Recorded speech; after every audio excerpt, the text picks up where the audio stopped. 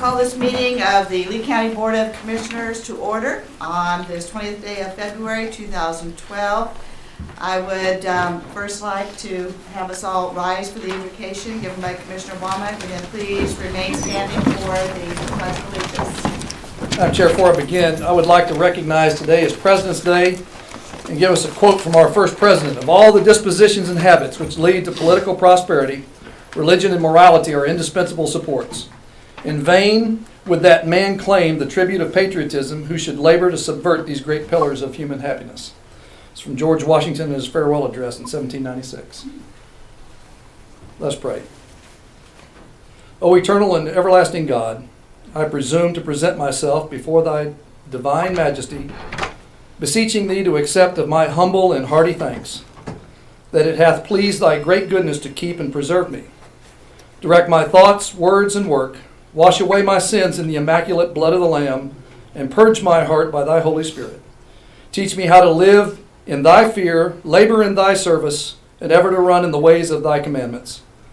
Daily frame me more and more into the likeness of thy Son Jesus Christ, that living in thy fear and dying in thy favor, I may in thy appointed time attain the resurrection of the just unto eternal life. Bless my family, friends, and kindred.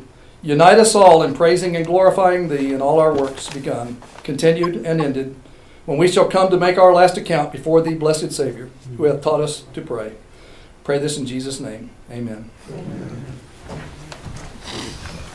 I pledge allegiance to the flag of the United States of America and to the republic for which it stands, one nation, under God, indivisible, with liberty and justice for all.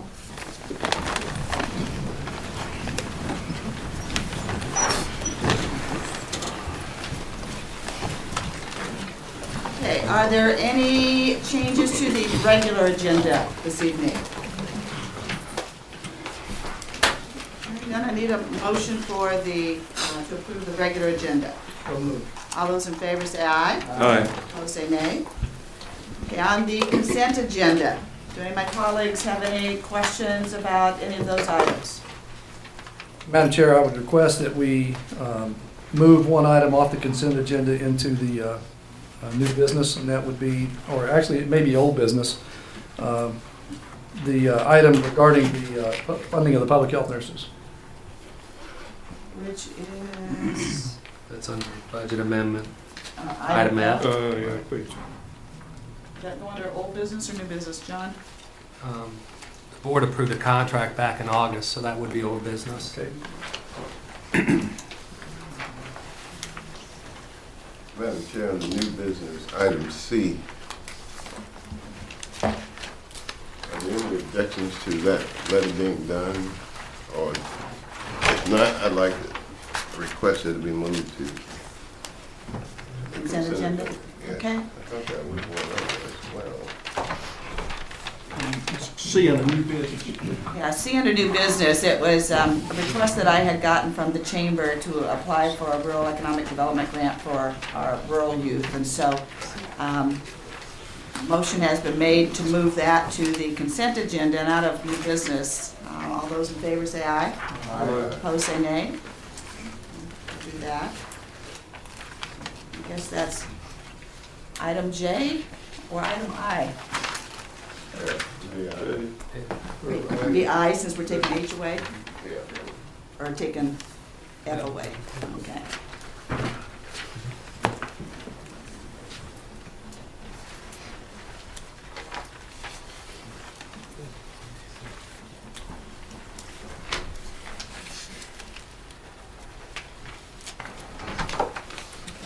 Any other changes to the consent agenda? I need a motion to approve the consent agenda as amended. So moved. All those in favor say aye. Aye. Opposed say nay. Public comments, we have one individual who has signed up, Martha Underwood. So just a reminder, when folks sign up, please identify yourself and your address. Thank you. My name is Martha Underwood. I live at 3309 Westcott Circle in Sanford. I personally heard our Economic Development Corporation officials state, we used to recruit good jobs Now, any jobs will do. This does not sound like a foresighted economic development plan, and here's why. First, since January 1, commissioners have approved 2 incentive packages creating almost 100 low-cost income jobs. The poverty line for a family of 4 is $24,000. An abundance of low-income jobs places hidden costs on taxpayers. For instance, free and reduced breakfasts for elementary school children cost between $216 and $270 per pupil per year, and their lunches cost an additional $306 to $378 per year each. Lee County Schools provides additional educational support, including tutoring paid by paid employees. Add to that health department services like food, maternity care, infant follow-up, immunizations, health clinics, etc. Our health department recently hired 2 social workers and 1 translator to search for the 98% of eligible recipients so that we meet government standards. Another hidden taxpayer cost is additional police protection because low-income neighborhoods unfortunately suffer higher crime rates. Thus, the total cost of approved incentives is a lot higher than you've been told. Therefore, let me suggest some ways to greater progress from economic development dollars spent. 1, the EDC brings forward incentive contracts approved only by their executive committee of 3 or 4 people. Their excuse? It's too hard to get a full board together. Furthermore, no executive committee minutes are available since June 15, 2011 for the many incentive packages which you have voted to fund. I urge you to follow county policy, remove board absentees, and appoint others pronto. 2, yes, Lee County High School construction encourages relocating companies. However, our community college has had to forego their funding to our K-12 schools. Now give the college priority, including the $3 million needed for the Wicker Center to construct breakout rooms and other facilities necessary for business meetings. The Civic Center could then rebalance its income stream to 2/3 paying customers and 1/3 free local use. The goal is to operate the Civic Center with no taxpayer subsidy. 3, develop a win-win partnership with Sanford City Council, extending water and sewer service to unincorporated county areas to facilitate everyone's development. I believe in miracles and I pray for them. 4, when I-540 Outer Loop is completed to US 1, there are huge economic opportunities for Lee County. We need to be prepared with both cooperative stakeholder relationships and business-friendly policies in place. This will cost time, energy, commitment, and cooperation, but not money. Ms. Underwood, you've exceeded your time limitation. Madam Chair, can I have one more sentence, please? One more sentence. In summary, we citizens want progress toward a healthy economic future. Thank you.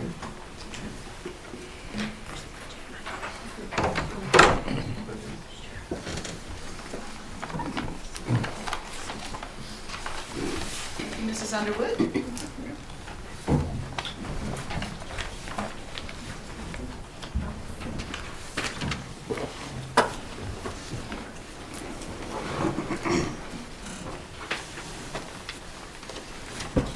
The next item on our agenda are actually 2 public hearings.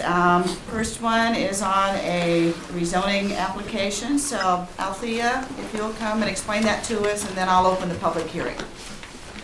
And this is on page 50 of your agenda packets.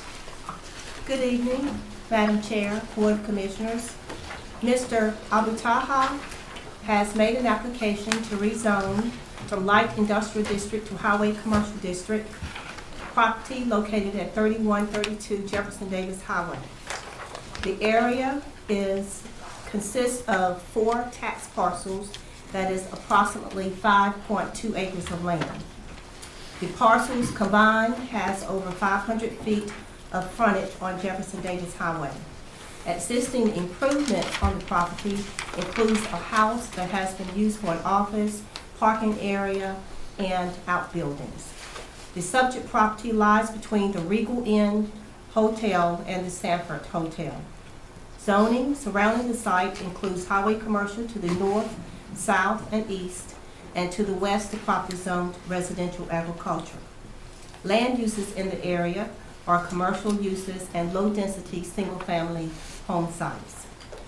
The subject property was the former site of General Living manufactured home sales.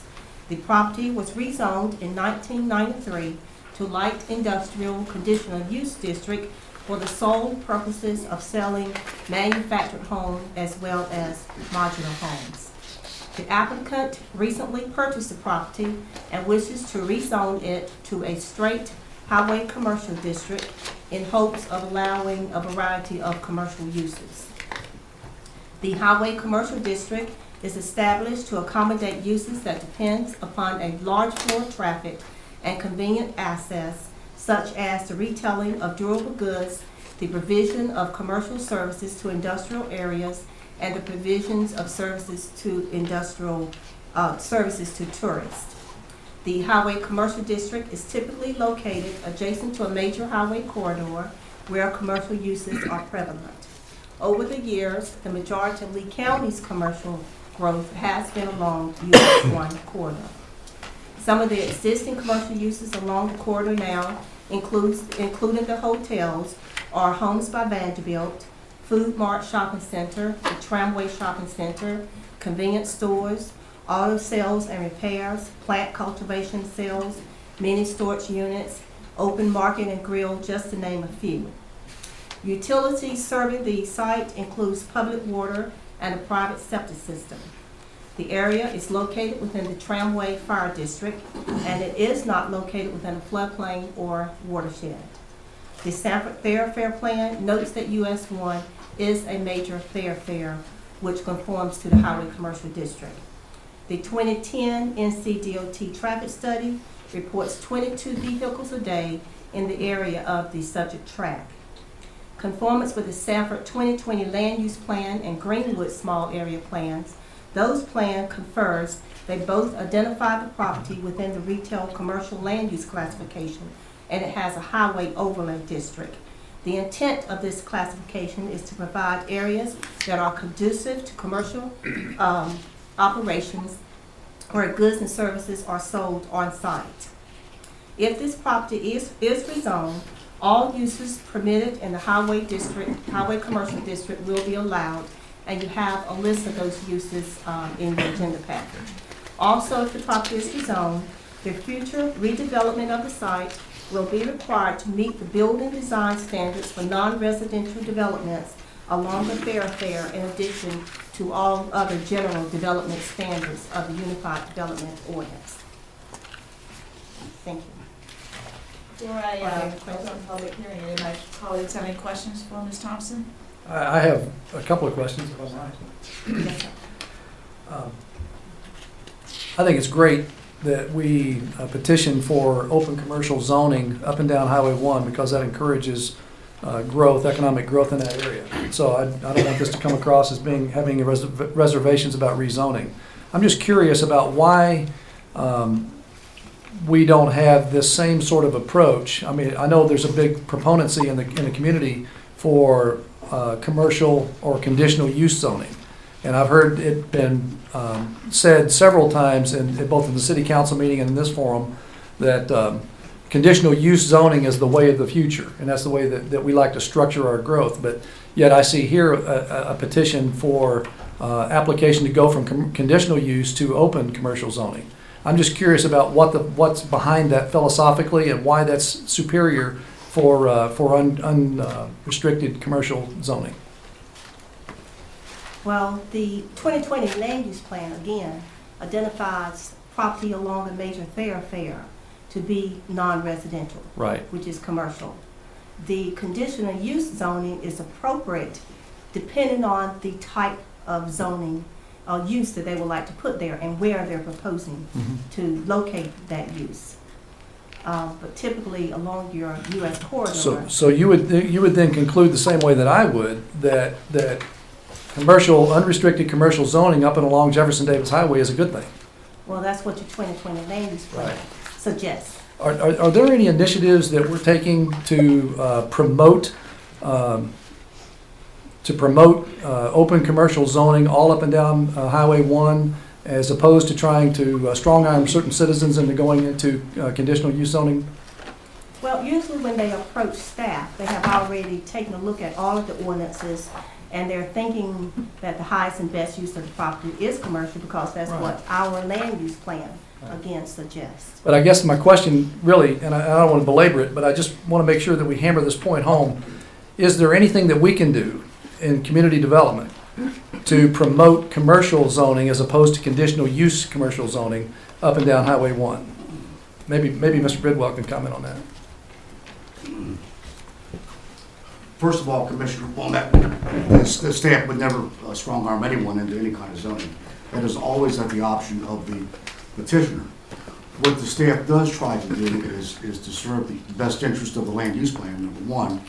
In this case, you have the predominance of commercial property along a major highway, which seems to be the most likely, and to use conditional zoning for its best uses.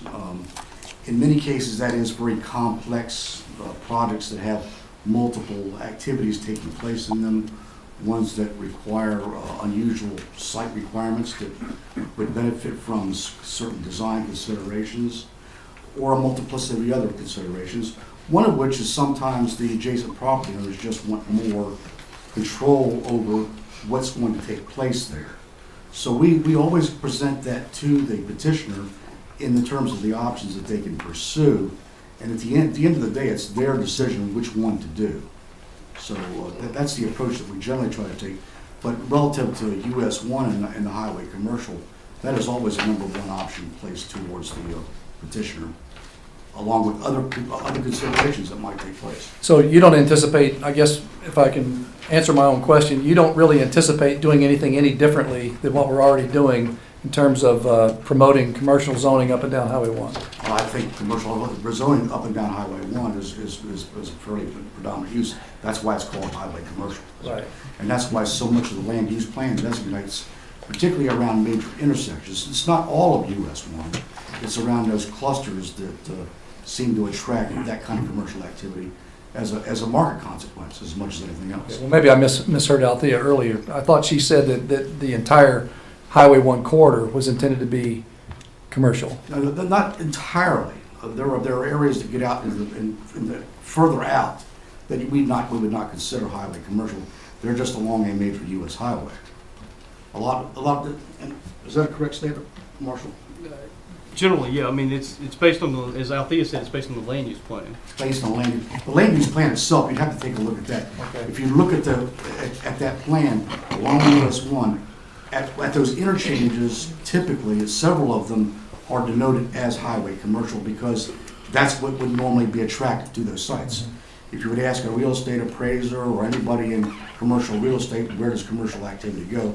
They typically are attracted to those intersection areas because that's the place where you get those best accessibilities, the street lights and everything else that goes along with it. But to say that all of US 1 is entirely highway commercial probably would be an overstatement. Okay. There you're looking at large pieces of raw land where those activities have not been, those trends have not taken place yet.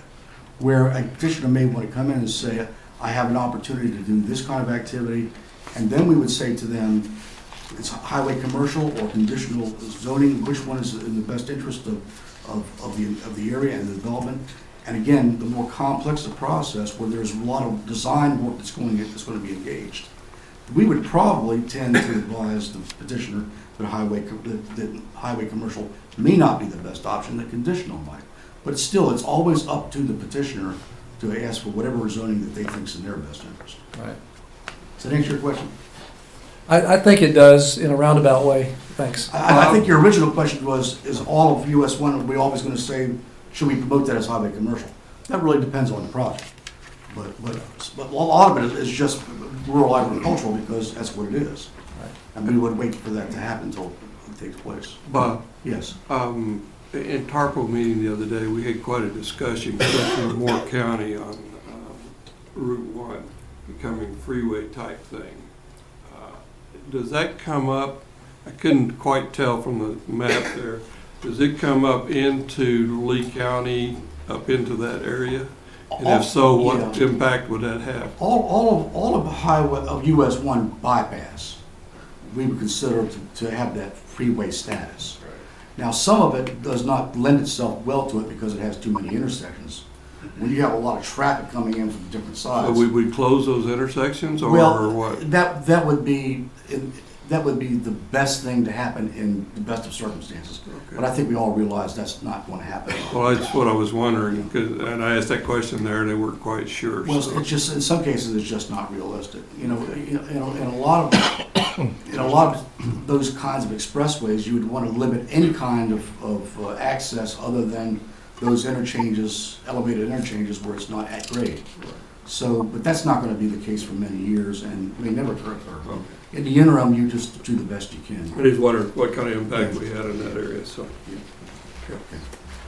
Any other questions before I open the public hearing? I'm sorry I didn't sign. I will. I didn't know I wanted to speak, but I would if you don't mind. On this particular? Yes, ma'am. Okay, let me open the public hearing, and then I'll ask for those wishing to speak for and against. So Thank you'll you. have it, and you don't have to sign up. Okay, thank you.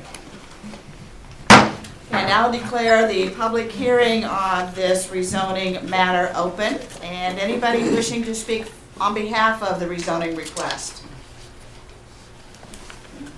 Anybody wishing? Okay, yes, sir. If you'll approach the podium and just tell us your name and your address and the reasons why you are in favor of this.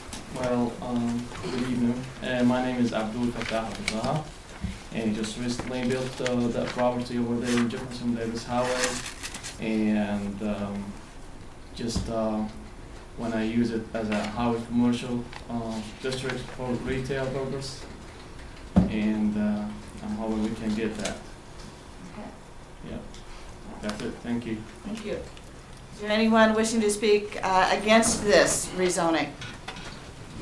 I don't really know if I'm speaking against or Just for. approach the podium and give us your name, please, and tell us your thoughts.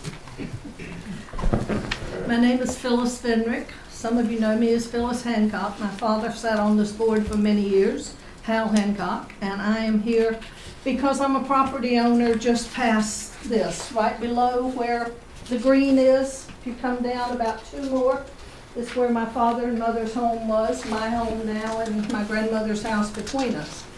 I also am very interested in commercial property because I know that eventually it's becoming commercial. What worries me is that right now I'm sitting very near the Regal Inn and the closed Sanford Motel. What I don't want is something that is going to bring my property values down. I'm not opposed to this at all. I simply don't know what he wants to do with it, which makes me very nervous. Because I'm sitting here with property that I will eventually sell, would sell if the price was right now. I've held it since my mother's death, but I live there. And we're getting into an area right now where we have a lot of activities, you know, before these motels that was detrimental to property values in our area. And all I'm asking is that for the board to do what you've always done.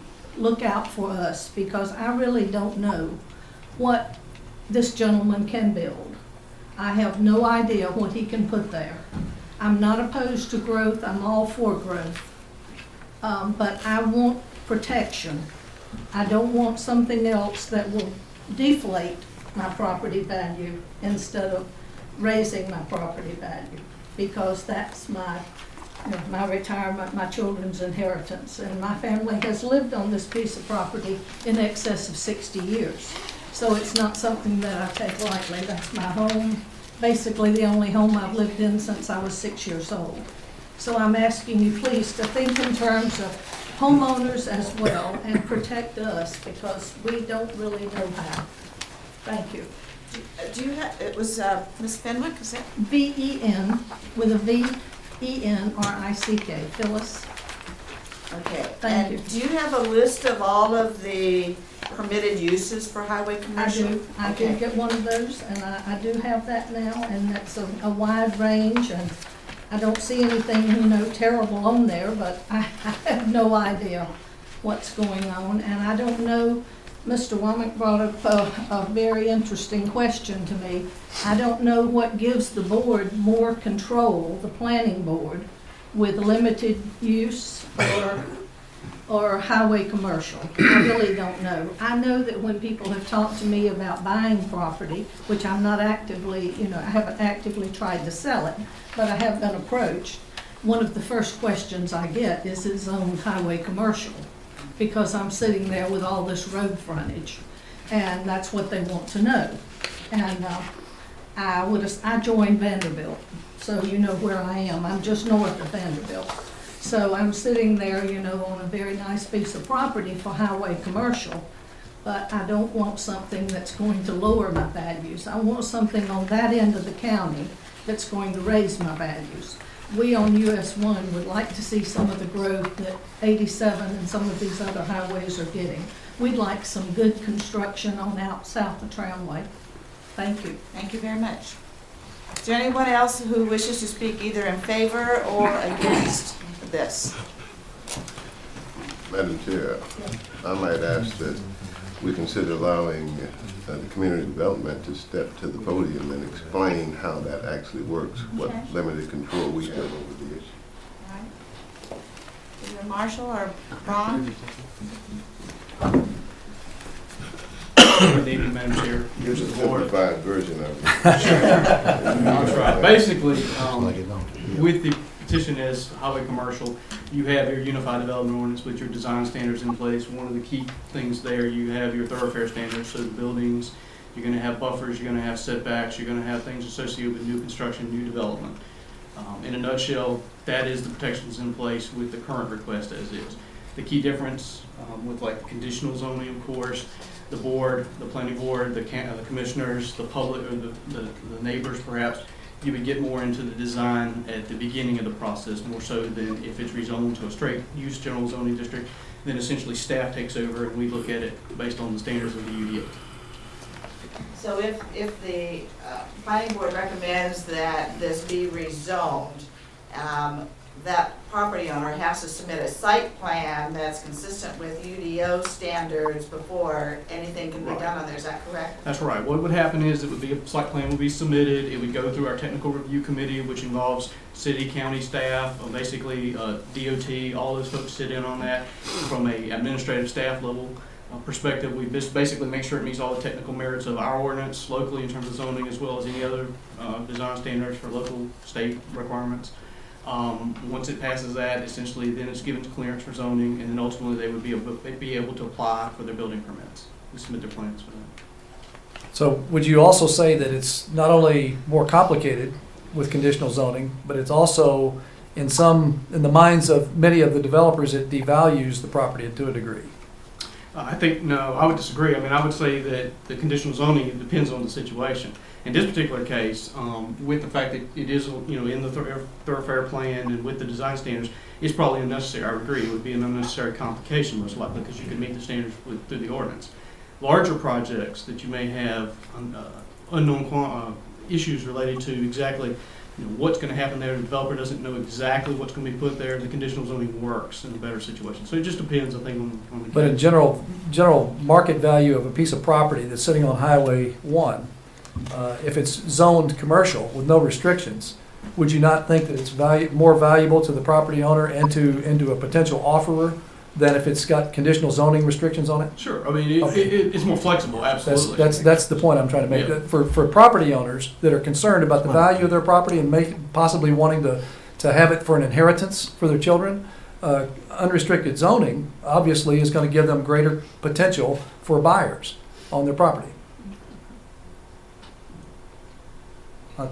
Just making that point. No. Okay, thank you. Let me, before you leave, Yes. let me say that what I was listening for is when a person makes this request, does your office make contact with the other property owners and go through what might be available under the highway commercial? What we do, Commissioner Reeves, is we send out letters, of course, to the adjoining property owners. We publish, we do all the things that that we're required to do. What we advise the petitioner is if we receive contact, because typically there's that 15 to 20 day window in there between the public hearing and when they receive notice, we advise them if we start receiving comments and concerns, generally what we will do is then try to advise both the neighboring property owners as well as the petitioner that there's some concerns, questions, and we always come to advise them when there's a possibility of a neighborhood meeting, depending on that. And again, it's their choice. They don't have to do that. They can go forward, come to you all with a public hearing without that process. But we always offer that as an option because we realize, depending on the situation, it always gives them an opportunity to meet directly with the neighbors, discuss the different issues, discuss those concerns, and look at options from that point forward. But when you dealing with the petitioner, I think this is a 2-page document, permitted uses, they're not required to tell you specifically what they're going to do, are they? No, sir. And that's part of, I think, the public's problem is not understanding that you don't have that authority and we don't have that authority. Absolutely. So the sooner people start to make contact with you and you, the petitioner, to try and work out some understanding that we actually lack that control. We can't. We can't. You can't by law. That's right. Right. There's no way you can put conditions on a general use zoning. Right. And that goes back to some of the discussion we've had tonight about what we see in those situations is when we get into that discussion with the neighboring properties, depending on the size of the project, depending on how many concerns there are, we have that discussion up front with the petitioner, and we say, you know, there may be some concerns here. That's where the conditional zoning might come into play, where you can get into these issues, some of these design standards, some of these things, and they can get worked out. So you narrow this list, you take some of those concerns out. Okay. Let me just No question. through the community interaction, there certainly seems to me like there would be an opportunity to find out and disclose what's about to happen on a piece of property. I mean, is there something mysterious here? I don't quite understand why the question could not be asked and answered. What are you going to do with that piece of property? I'm going to put a garage on it, or I'm going to do whatever. And it seems to me like through this whole conversation that the thing that is missing and might be very simply told is that I'm going to do X, you know. The petitioner would say, but to keep it, you know, above board and according to the code and legalization of it, it seems like that surely that will come out. And doesn't that come out? I mean, are we making a mountain out of a molehill? Does that not generally get into the conversation? Yes, sir. Between the petitioner and the people who live there in goodwill? It does. It does. It's just what we try to do as staff, and Mr. Reese's point is, Understand. you know, they can put that on the petition, they can tell us that 100 times, they can come here and tell you that, but once that general use zoning is approved, there, anything on that list is available to But the petitioner has rights too. yeah, right. Well, but that's the point of trying to educate the public, is that you both have rights, you both own property. The compromise comes through educating each party and hoping that there's a compromise in place that will stop some of the potential litigation that might come. But we can't, I don't recall, just take sides because one or the other says, this is what I want to do, and this is what I want to see there. So, Because that's what the code is all about. It puts a minimum threshold of how properties are to be approved in that zone. So I mean that's supposed to take care of a certain level of problem. That's right. But I understand. Yeah, okay. Marshall, how tied are the petitioners to the reasons that they have on their original application? Because the original application says reason for requesting used car sales, used car part sale, service shop, and towing. Right, and as far as I know, that is their intention, and that may be very well, hopefully that'll be what's built there. But again, we don't stress that at this public hearing they're not really because tied to that. there's no legal tie to that. In other words, anything in that list that Althea provided in your packet with the HC standards would be allowed. Okay. Actually, you can turn around and put it on the market next week if you wanted to. I would just like the record to reflect that I think that as a general rule, general operating principle, that, you know, being a free and you know, free country, and people should be able to pursue the happiness and economic growth, personal economic prosperity, that we should avoid complicating people's lives about what they do with their property. That we should always try to make it so that they can get top dollar or optimal value back from their property. And if we need protections within the community or within the county, that those protections should be built into the UDO. And that those protections should be sufficient in most cases. I don't like conditional zoning at all because it's the government getting in the way of people deciding what to do with their property. But that's just my personal feeling. I would encourage, and I support Mr. Abdel Fattah's request, and I hope that the planning board does as well, because as a general rule, I think we ought to empower people, not take away their authority. Any other comments? Thank you, Marshall. I declare that public hearing closed. Anybody from the planning board have any questions? I forgot to ask you. You guys are meeting after this, right? Next on the agenda is another public hearing to consider 7 amendments to the UDO for sign regulations, permitted use matrix, and agricultural animals. Marshall, you're up again. And page 63 in your agenda packets. Yes, good evening.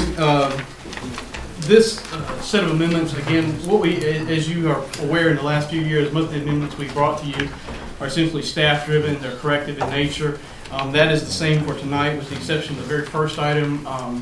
Many of you may be aware the state recently, as of August of last year, changed rules regarding how political signs are allowed in state highway rights-of-way, roadways rights-of-way.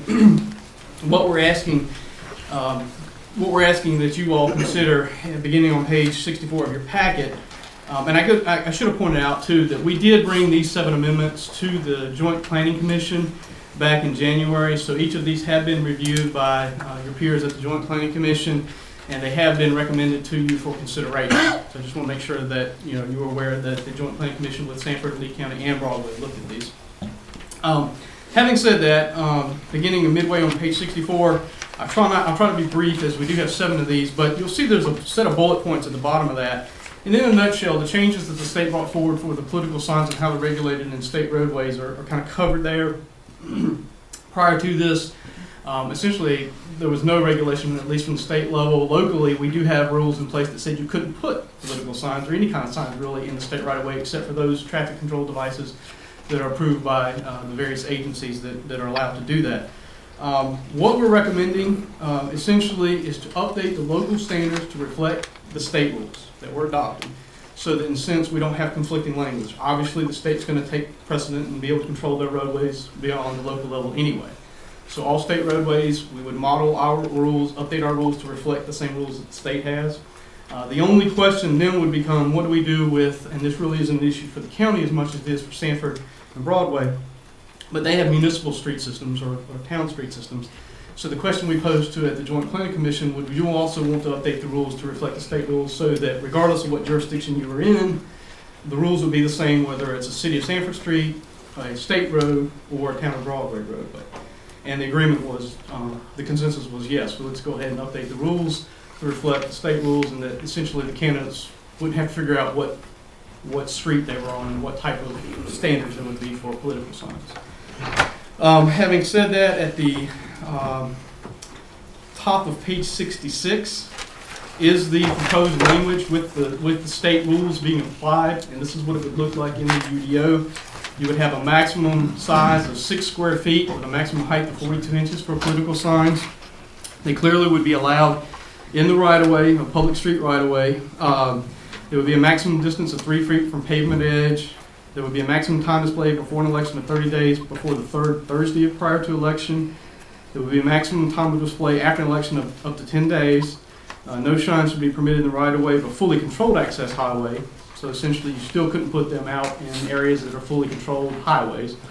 And no sign shall obscure motorist visibility in an intersection, and no sign shall obscure or replace another sign. And these are taken basically verbatim from the state standards. So essentially what we're doing is trying to take the state rules and put them in locally. And I'll pause there for any questions. Yeah, I was going to ask, for what purpose, other than convenience, do we want to adopt the state rules? Convenience? Maybe I'm not understanding. I mean, I think the main reason we'd want to do it is... If all you got to do is refer to the state, that's what that sounds like you're saying. Sorry, very good question. Well, I mean, that's what it sounds to me. Well, we would want to update our sign ordinance though to reflect, what I'm getting at is you wouldn't want to have conflicting standards or conflicting rules. Now, we may not be able to force ours because we may not have jurisdiction, and that may be what you're getting at, Commissioner Reeves, I'm not sure. But what I would suggest to you is we certainly would want to update our ordinance to not be in conflict with state rules. Well, let me follow up on his question, because I mean, Well, let me clear this up. You just said, I thought I understood you, and I believe I know that there's streets that the city controls. So if the state says you can't have a 6 square foot sign in this right-of-way area,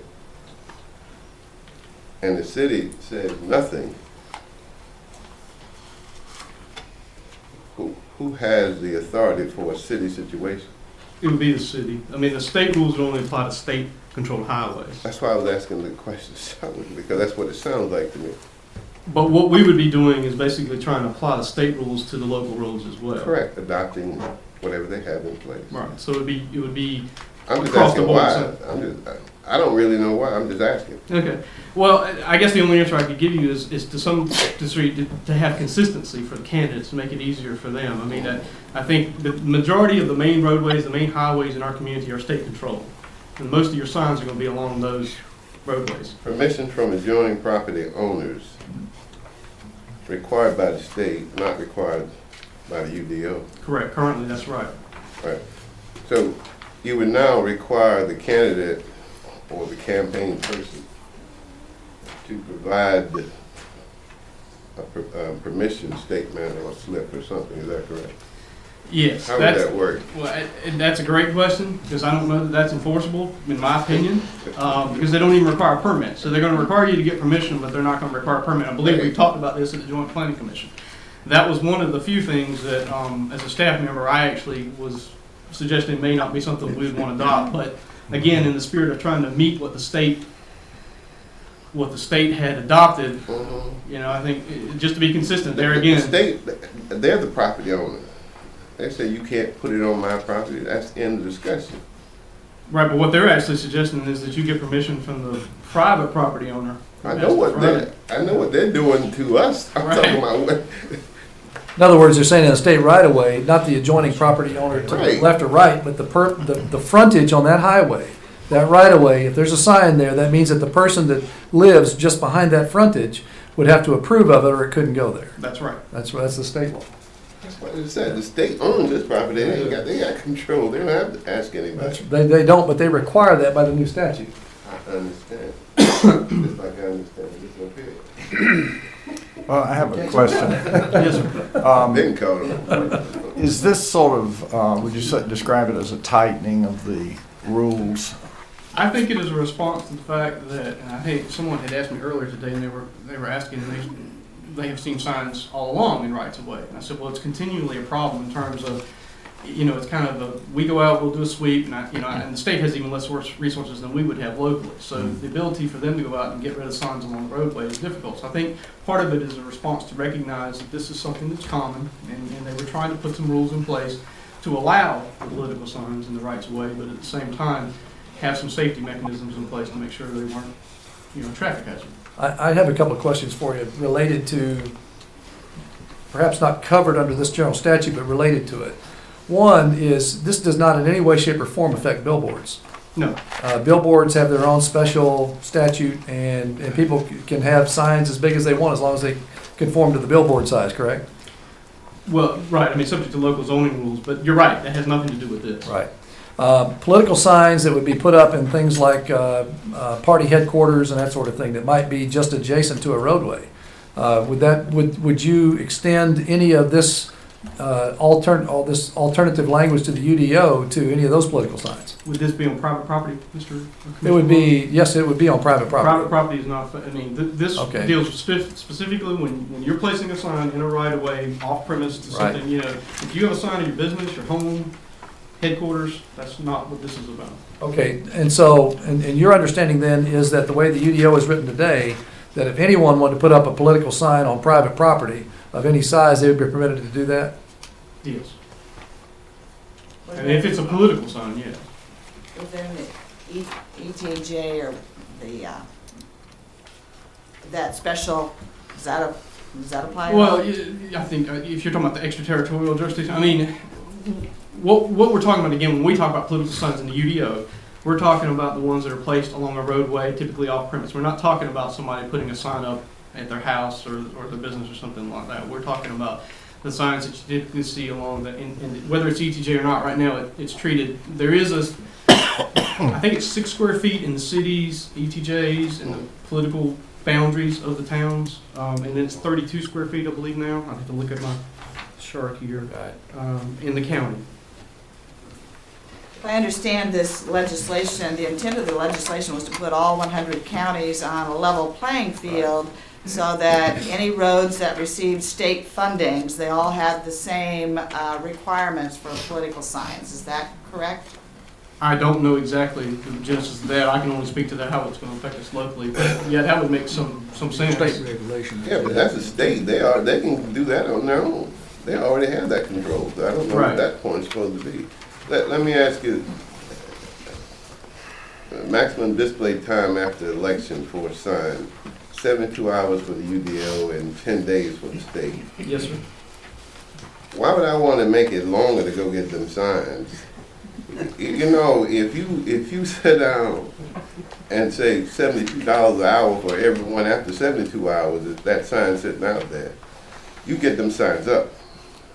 You understand what I'm saying? Yes, sir. $10 a sign or whatever you want to say, you get them up. Right. I get tired of looking at my own sign, so 72 hours is too much time for me. Now you talking about going to 10 days? You know how much an old person can remember, like me, in 10 days? Not very much about a sign. Well, wouldn't it? So they'll be up there. Let me finish. They'll be up there. So we're adopting something that allows it to continue for 7 more days as opposed to what we have, which is good, I think. 72 hours, enough time. Again, Mr. Reeves, the only thing I could offer to you is if I'm not beating up on you. I'm just asking questions. You know, if we decide not to do what the state has, I think it wouldn't matter. I mean, the state's going to have jurisdiction over the state roads. The only thing it would affect would be the local streets. My first point. Right. Actually, I thought your first point was that why don't we just refer to the state law? And that's what you're now arguing against. I'm saying we are being asked to adopt what the board said, which was to take the state's position. My point is the state already had this position. They can control all they want. Right. But now the candidates are being expected to match what the state requires, which is going to get... Then I don't understand what your point was supposed to be. Well, I'm not arguing against it. I'm just saying that some of this just doesn't make sense. Why would I extend the time? Well, I think the reason that it's being proposed is so we're not in conflict with what we do here with what the state requires. Obviously, it's simpler. Aren't you saying that you can't argue with the state about their 10 days? Right. Right. But we can't. But you can go to that candidate after 72 hours under our UDO. I think legally we could. No, you cannot. Well, tell me why we got it then. Well, that's more. All I can tell you is the reason I would recommend that you change it is so that you don't create that conflict. Because if we leave it as is... I understand that, but what if we wanted to get them up earlier? So you're saying we couldn't enforce this? I don't believe we could. Now, I'd have to refer that to, I mean, the legal aspect of it. But I think the state would trump us on state roads. I think that's the point. I'm not talking about state roads. Well, most of the state maintained roads I don't know what the percentage is, but it's got to be 90 or 95% of the roads in the county are state maintained roads. Right. Now, Mr. Reeves, you're right. I mean, if you're talking about the city of Sanford roads or the town of Broadway roads, yeah, then they do have the option, and that was discussed. I mean, they certainly would have the option to leave it at 72 hours. He wants to convince everybody that I'm arguing against my own point. The point I'm making here is we have to examine what we're doing and understand what we're doing because it's clear that we don't. Just adopting the state situation does not apply to all of us, or shouldn't have to apply to all of us. What percent, Mr. Downey, what percent of the roads in Lee County approximately are state maintained roads versus city maintained? About 80-90%. I mean, Okay. I would guess. All right, so in terms of mileage. So what we'd rather do is we'd rather have, if I might follow the logic of my gentleman to the right, That doesn't sound right. Anyhow, And it's not right. I guess the question is does it really, is it really good for us to have two standards within the county and ask candidates to differentiate, when they pick up their signs in one area and not in another area? I think for simplicity's sake, it just makes sense to have one standard across the entire county. Let me help my gentleman to the right. Let me help explain this. I understand what you're trying to do. I want to know if you can explain to me why you're doing it, because I'm simply saying, just like those signs that I see for yard sales, which is a totally different thing, but it's a sign that's located on public property and stays there sometime until the next time they're gonna have a yard sale and go up and change the date, not the sign. So I'm simply saying, I understand that. I want to know why the group did some of these changes or agreed, just for the benefit of not being in a situation where you have a conflict. I didn't realize that we had something in here that we couldn't enforce anyway. Marshall, I got a couple of questions. Shouldn't add this. What is a fully controlled access highway? Is that, we're talking about state roads, right? Yeah, that would be, the best example would probably be like US 1, the northern part of US 1, where you don't have direct driveways where you can. Well, I just talked to the originator of this bill, and he says signs are permitted there. So how can you say that they're not permitted there? Well, this is directly taken from the. So we need to see what the state regulation says, because I think there's a conflict there. The other thing here is too, on the 42 inches, you sort of have it spelled out back here on page 66, because you're talking about a particular sign height. But I think if we adopt this whole thing, you need to go back and clarify that 42 inches, because if it's on public property, you don't specify that. Nowhere in here do you say anything about public property. So that needs to be specified if that's. I'm sorry, Mr. Parks. Okay, on the first page, bullet number 4, there's no sign higher than 42 inches. If you left it in that language, anybody that had a 42-inch sign, like was asked about a while ago, in a window, even if it's private property, that becomes illegal. So that needs to be specified. Right, I think if you look on page 66 under where we actually have the draft language. That's what I'm saying, but we're talking about this whole document that you're presenting as a public hearing. Mm-hmm. And I say that there's a conflict there, it needs to be spelled out. Okay. Okay. So, I would like to see that done. But I'd also like to go back and take a look at what the state says about, permitted right-of-way, fully access highway. I'll take a look at that. Okay. Madam Chair, I would just ask, has the attorney reviewed all of these and cross-referenced them back against the state statute? No, sir, we were not asked to do that. Okay, I would highly recommend that we have our attorney give it a legal eye on this thing and make sure that we dotted all the i's and crossed all the t's. I think Commissioner Parks brings up a very good point. There's another one there too, is that no sign shall obscure or replace another sign. There again, that should be sort of clarified, because it depends on which way you're heading. One sign could obscure another. So, it's not, there's no clarification there as to what you mean by that. So, would a motion to table this amendment 1 be in order here? Absolutely. So moved. Okay. Motion has been made to table proposed amendment 1 to the UDO until we get further clarification. Is there any further discussion? All those in favor say aye. Aye. Opposed say nay. Marshall, you ready for amendment 2? Yes, ma'am. All right, the next amendment is also an amendment to the sign ordinance, proposed to the sign ordinance. This is to section 11.7. That's essentially it's an area of the sign ordinance that is for signs that do not require a permit. What staff discovered is essentially we don't have language currently in the UDO that addresses specific temporary construction signs. So basically what we're proposing to you on the middle of page 66 of your packet is new language that would essentially address temporary construction signs. These would be, and you can see kind of a lengthy definition there of who would be affected by this, but this would be your typical sign you might see going up when somebody's doing a new construction project. It's going to have the information about the builder and all the subcontractors and some of that information that's typically done during the construction period. And I'll pause there if there's any questions. Any questions by my colleagues on that proposed amendment? Are there any representatives from real estate agencies involved in, I'm sorry, this is Amendment 2, correct? Yes, sir. Okay, disregard. Okay. Moving on. Amendment 3. Well, it applies to I was two as well, real estate folks. I was really going to direct my question towards 3 and making sure that someone on the planning board was representing the interests of, I guess the planning board reviewed this, right? Yeah, it's been sent to them, all right. yes. We'll meet after And this. that the real estate developers had actually, and the real estate brokers had actually had some comment into this ordinance change. Do you want me to go ahead and address Yeah, that? please. Okay, yeah, Amendment 3, what most of these are coming from is that very thing, and that we've gotten feedback from the real estate industry that our current language doesn't cover everything enough. And that's essentially what prompted, for example, number 2, number 3, and I believe number 4 as well. And I'll go ahead and address number 3, Madam Chair, if you'd like to. Essentially what this does is we do have current language in the ordinance. If you look at the very bottom of page 66, 11.7.12, it addresses real estate signs off premise.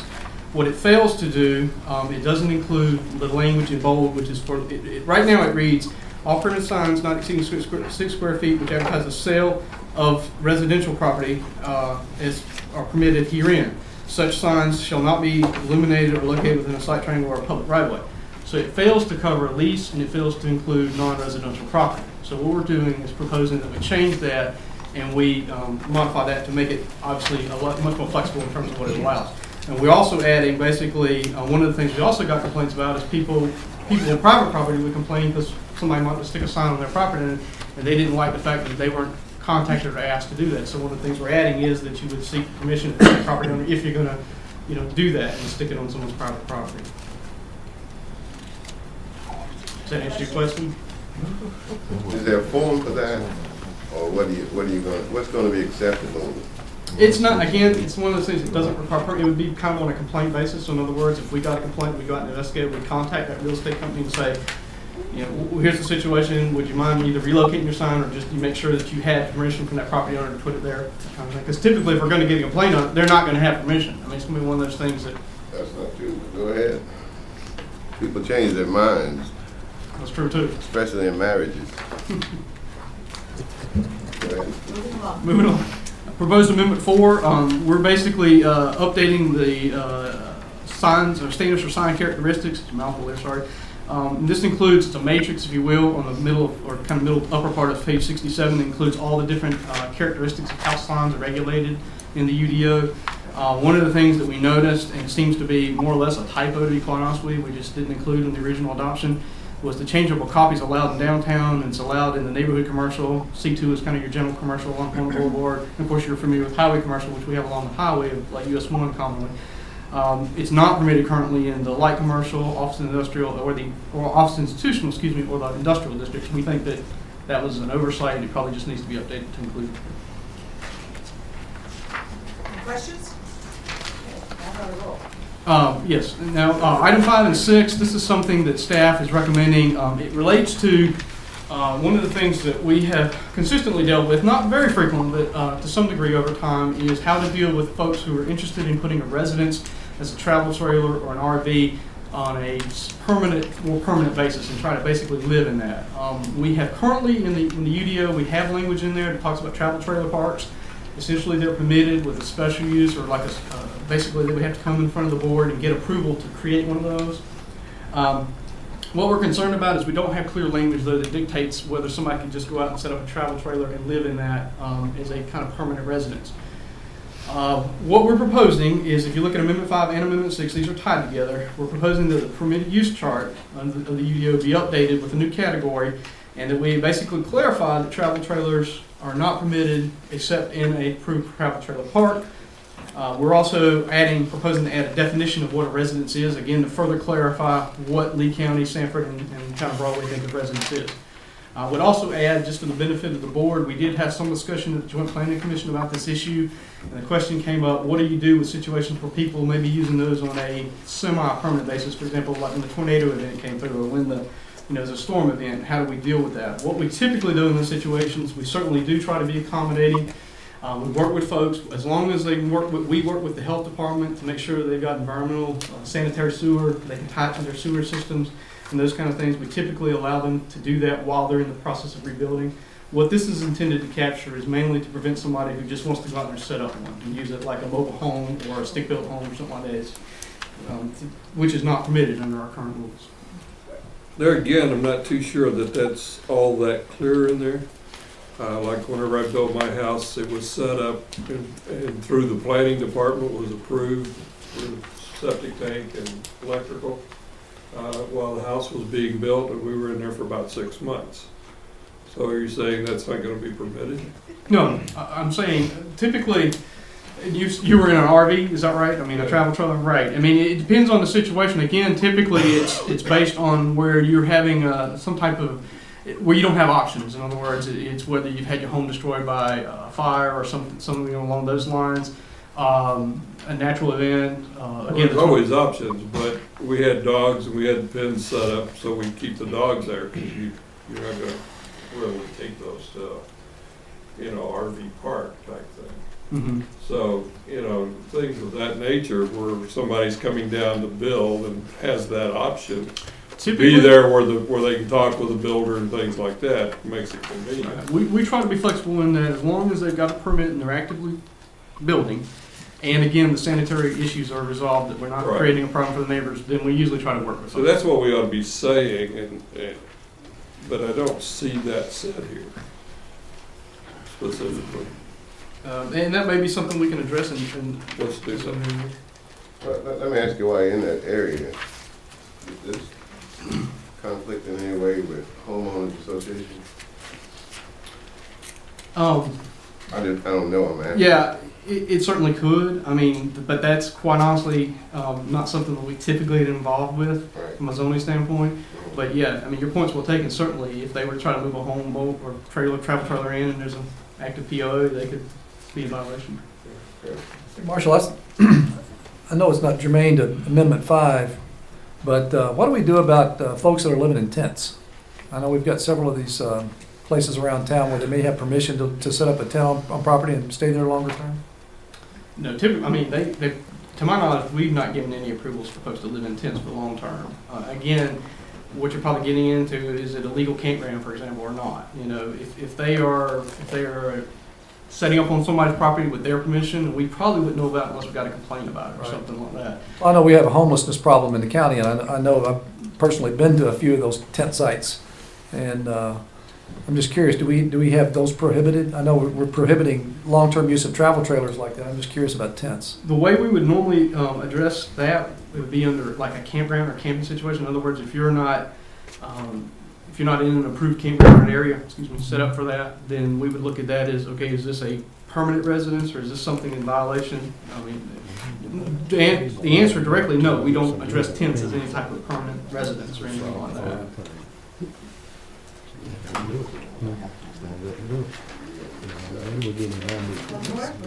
Yes, ma'am, sorry, just taking a few notes. The last item is actually specific to Broadway, to the town of Broadway. In October of last year, they basically did an amendment to their town code, which basically prohibited livestock from being kept in the town limits. We're bringing this to you in the spirit of trying to keep the UDO the same for all three jurisdictions, but what we're asking to update the UDO to reflect what they did in their town code. So if you look at the last item on page 69 there, under section 513.3, you will see that some of the changes we're proposing, that horses and cows, the language is basically changed now to say only in the incorporated areas of the city of Sanford are horses and cows permitted, no longer in the town of Broadway, but they are still permitted in the extraterritorial jurisdiction of Sanford and Broadway. No livestock is permitted, and you see the note we also added in italics and bold there that no livestock is now permitted within the town limits of Broadway. Note again, this doesn't affect the county in any way. Livestock is permitted. I mean, this was only specific to the town of Broadway and the city of Sanford in terms of the original legislation. I'm confused, Marshall, on that last sentence, it's where it says, note, swine, poultry, and goats are not permitted in the city of Sanford. But they are, yeah. But I they know what are. you're getting ready to say. Yeah, I know, because I know that, I got that Yeah. ordinance passed. Yeah, I'm just we curious. noted that, but unfortunately, because we had gone through and advertised All right. with the other, we gotta go back and Okay. update that as All well. right, good. But yeah, we did notice that. I think the city attorney cut that after the joint planning commission had So I can't approved have this, it. so that's gonna be corrected by I taking know I have my neighbors. poultry out. It would be taken back, yes. We would, what we'll do is you'll see this amendment again, very similar, we'll take that note out on some future point. Any other questions? Okay, so the plan now is the joint planning commission will, Not the joint planning commission, we'll go back to the planning board with the items that you have heard tonight. Of course, you're gonna have your public hearing. And then they will make recommendations on everything except for the, I guess, the item that was tabled. That one, I will likely, they would, I'll bring it back and we'll just start over with that one, kind of start fresh. okay. But I mean, we only tabled it so that we buy some time for the attorney to look at it and then make some, legal recommendations and that sort of thing. Well, to verify the state. Right. To make some corrections. Compliance with the state and all that.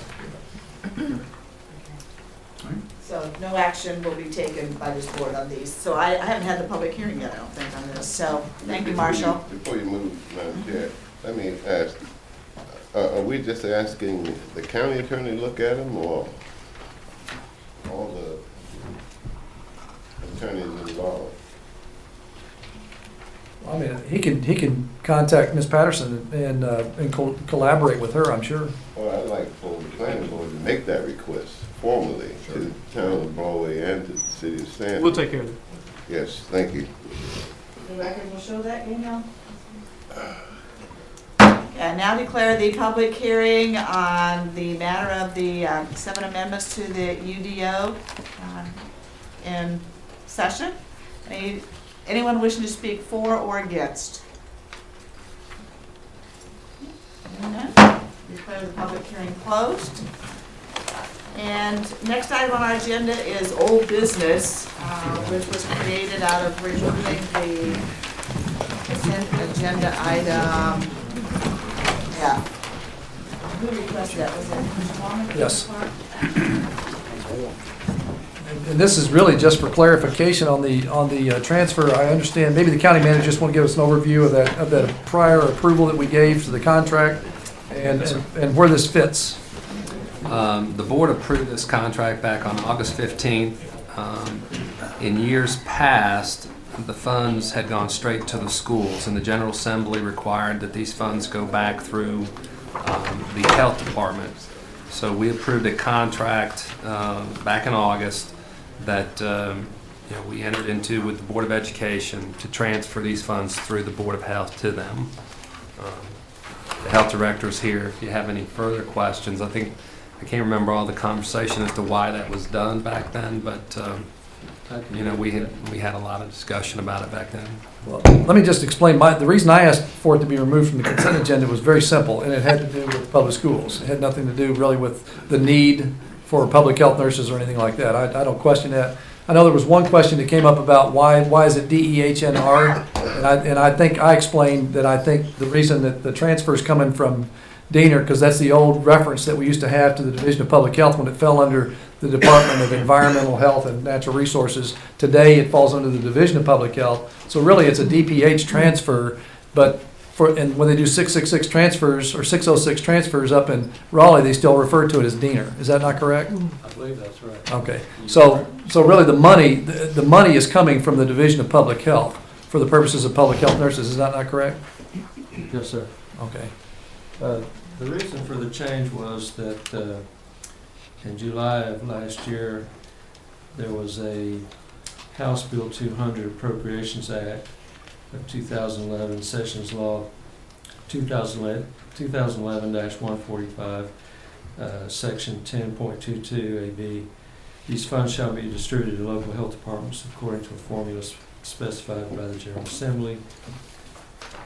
And it says that the allocation formula is somewhat different from the formula specified in the original SNFI appropriations of 2004, which is probably, it could have been Diener back then, I'm not sure. So that the SNFI funds can be reallocated. So basically, it used to go through the health department to the schools, and then they changed it where the funds went directly to the school. Now they've gone back to channeling it through the health department. We had the option of hiring nurses and placing them in school or contracting with the school. They already had the position, so we just contracted with the school.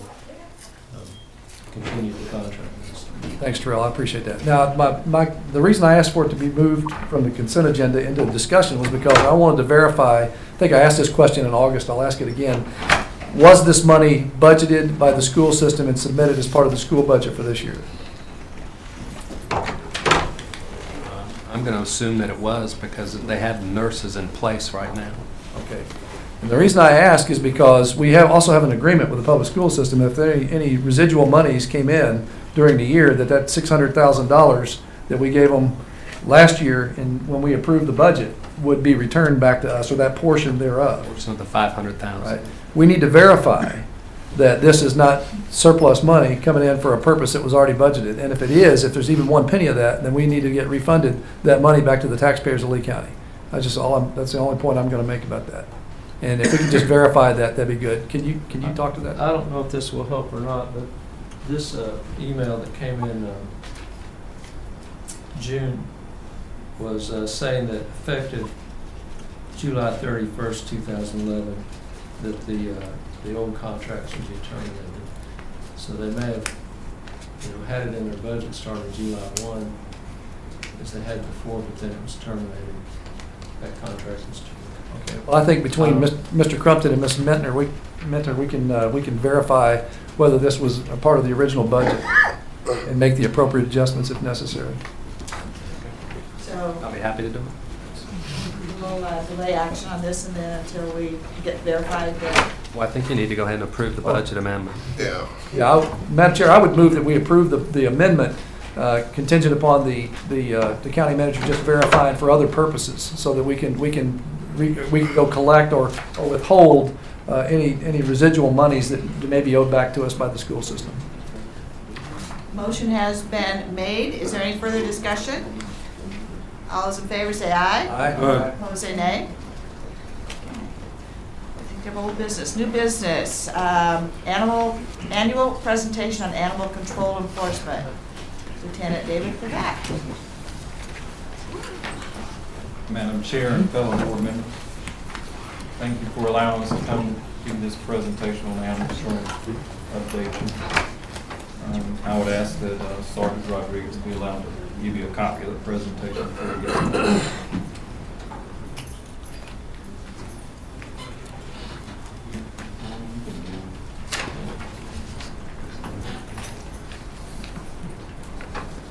No.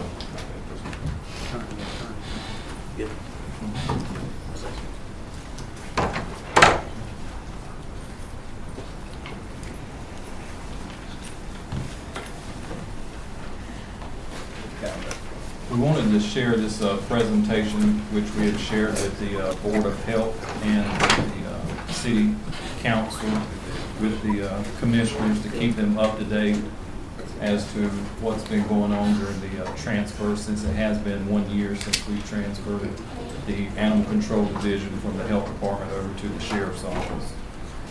Just to give you an idea of what the schedule of the animal control officers are, there's 3 animal control enforcement officers that work, and they're scheduled from 8 a.m. to 8 p.m., 7 days a week. Anytime after that, or if they're out sick or on comp time or something like that, all deputies have gone through a certain amount of training in-house, in which they will respond to all calls. So regardless when the call comes in at 9 o'clock tonight and there's not an animal control officer actually on duty, then a shift deputy will respond to that call and try to address that with the citizens. If there is a need, they can always call on-duty animal control officer. We looked at the policy with the former health director, Howard Surface, and took the input of him, and he reviewed the policy that we put into place.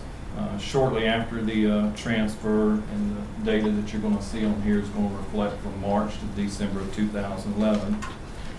We were in the midst of by April 16th, and probably our worst natural disaster here in Lee County. During that first initial week, we had about 25 calls related to animal control. 10 of those were dealing with rescue and return of animals that we were able to locate and return to the owners. Several were related to animals that were injured, and either they were transferred or referred over to the Sanford Animal Hospital for treatment. We also were working with Durham County Animal Control that helped us during that initial first couple of weeks. We also had the help of Department of Ag, and we also were dealing with the Harnett County Large Animal Rescue Center. Here's a makeup of the field enforcement. You have Lieutenant Yarborough. He is actually a full-time child support agent, but he also deals with the administrative scheduling. You have Sergeant Rodriguez, which deals with the day-to-day operation of animal control enforcement. And then you have K-9 Officer Gilstrap and K-9 Officer McDaniel, both of them. Just recently, K-9 Officer McDaniel has been assigned a dog. So you see those two officers also do a dual role for the Sheriff's Office, and they handle the K-9 dog along with actually going out and dealing with animal control issues. As we did our research over a year ago, we noticed that one sheriff's department had this same concept, and you know there was about a third of the sheriff's offices in the state of North Carolina that are doing animal control. And we got this idea of merging the two, either the animal control and the animal service unit together. So we've done that. And it's worked out great for us. Here's some information on the field enforcement. The field enforcement is an important part of Lee County Animal Control Division. The animal control officers answered 2,972 calls for the service year. Again, this was March through December. There was 679 animals that were picked up in 2011. As you can tell, we deal with all types of animal issues, not just the dog and cat issues. As you can tell in the picture, you see a goat. He is currently going through the process, and he's been advertised for sale. Oh, I thought you was on the job. He has been found. Imagine how long you've been on the job. Ready to sell. So I think probably next week, I think it was about a 30-day window that we had to, once we found the animal, which was located in Lee County, we found it. We have to post it and give notice, and after that, then it will actually go for sale, and then revenue will come back to the county. But the sheriff has made a point to make sure that we deal with all issues that come in, whether it's goats, cows, horses, snakes, possums, rabbits, bears that were in Carolina Trace, any kind of issue that is animal related, for us to take the initial assessment and see if we can help the citizens of Lee County. Next, we also deal with the pigs, as in this picture here. We were able to locate and find a home for them. We'll talk about the calls for service. As you can see in the city, it was 1535 for the year, which averages 154 calls a month. In the county, there was 1437, and they average 144 calls per month. As you can tell, there's about 300 calls for service a month that come in to the Sheriff's Department related to animal control issues. Lieutenant, let me ask you a question, and I'm very serious when I ask it.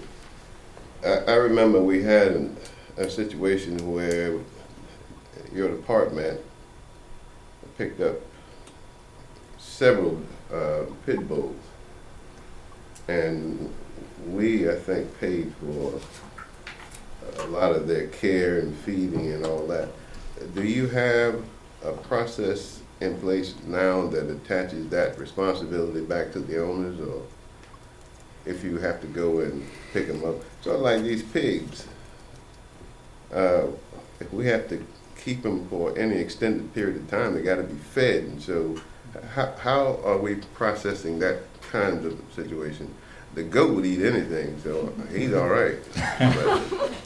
To answer your question, so far as like processing some of these animals that we locate and we're holding, we will reach out to organizations, maybe the large animal rescue, because of course our animal shelter is only going to be dealing with certain issues, which would be a dog and a cat.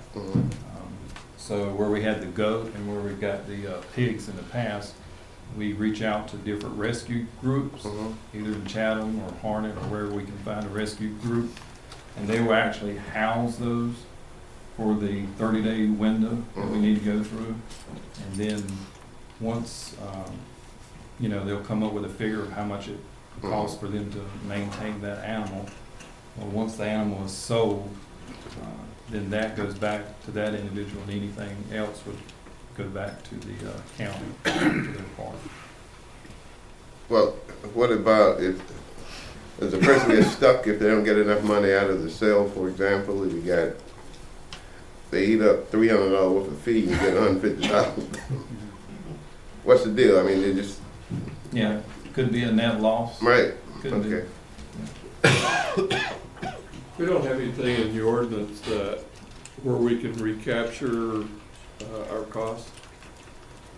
Well, they only hold some of these animals for a certain length of time anyway, and then they dispose of them, the dogs and I realize that, but it still costs us, so if it's negligence of the owner, Right.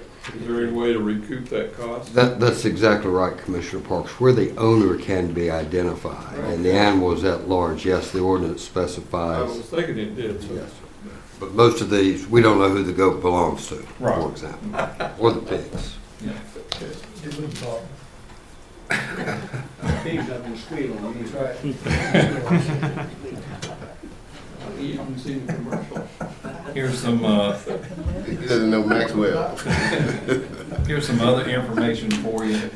We'll go over the rabies compliance check. As you can tell, in the city, there was 444 rabies compliance checks. In the county, there was 379, so a total of 823 compliance checks. Each time an officer is called to go and check on a animal-related call, if it's a dog or a cat that needs to be vaccinated, the first thing they're going to do is ask the homeowner to make sure that they're up to date on their rabies vaccination.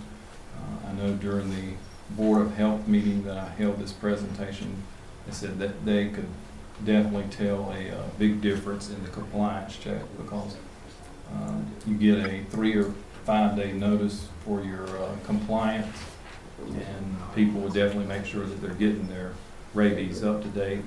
They in turn fax that information, the vets fax that information back to the sheriff's office within that window of time, and then that information goes back to the deputy in his call sheet.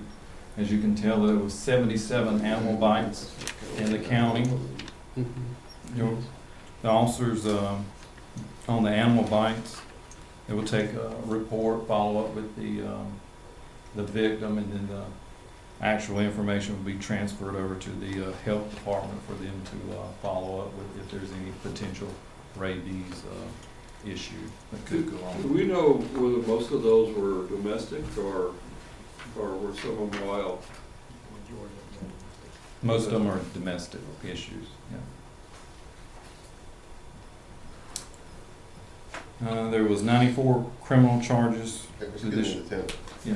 Do you break out man hours on the city-county dog situation now? I guess that's what it is. Yes. The number of calls that you have between the city and the county, are you also monitoring your hours spent between the city and the county calls? Well, as you can tell, going back to the call volume, the majority of the time is spent slightly more with the city on the call volume. Each call can be time consuming, so you can't really pinpoint whether you're going to deal more on a call. It may go to the county. It just depends on whatever the situation was. There was 3 felony investigations that we conducted. A couple of those were dealing with animal cruelty issues. One was dealing with a cock ring fighting here in the county. We also work with the U.S. Humane Society on that issue that was in the county. That's in my district, right? There was 38 arrests by I this have to unit. investigate that. It was 2 rabies and adoption clinics that we held. Dr. Stan Davis with Maple Springs Veterinary Clinic. One was August the 13th and the other was November the 12th. During this rabies clinic, it's a low-cost rabies clinic where people can come in and get a up-to-date vaccine for anywhere from $5 to $7, so that's pretty low cost. We've held these 2 clinics, and it's been very successful for us. We've had about 300 animals that have been vaccinated during this period. We also, Prevent. yes. Most of the arrests were those for animal cruelty or resistance to the officers, or do we know? I don't have a breakdown. I can look at the breakdown, but those arrests would be any kind of arrest. They also may not be related to the animal, but they could be some of the normal day-to-day contact that they have. Okay. So I'd like to say this, before we give it to the sheriff's department, I'm on that health board, and all I was hearing was these guys that go out and they write somebody a ticket and they tear it up and throw it in their face. And that's one of the reasons we want the sheriff's department to have it. Yeah, So we'd have some bite in the enforcement. that. Yeah. We do have a future clinic that we want to get advertised out and let the citizens know that on April the 7th from 10 to 1, we will hold another rabies and adoption clinic. Dr. Williams with Carolina Vet Hospital here in Sanford will be at the sheriff's office, and we'll hold that clinic there along with an adoption clinic, which we have 2 rescue groups that plan to be there also and have animals for the public to be able to So you're going to adopt. publish that in the paper? Yes. You'll see it published in the paper along with the radio that you'll hear it advertised also.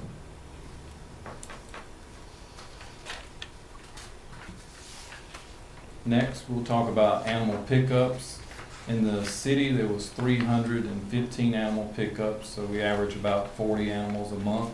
In the county, there was, you can tell the number is 364, so there's 46 per month.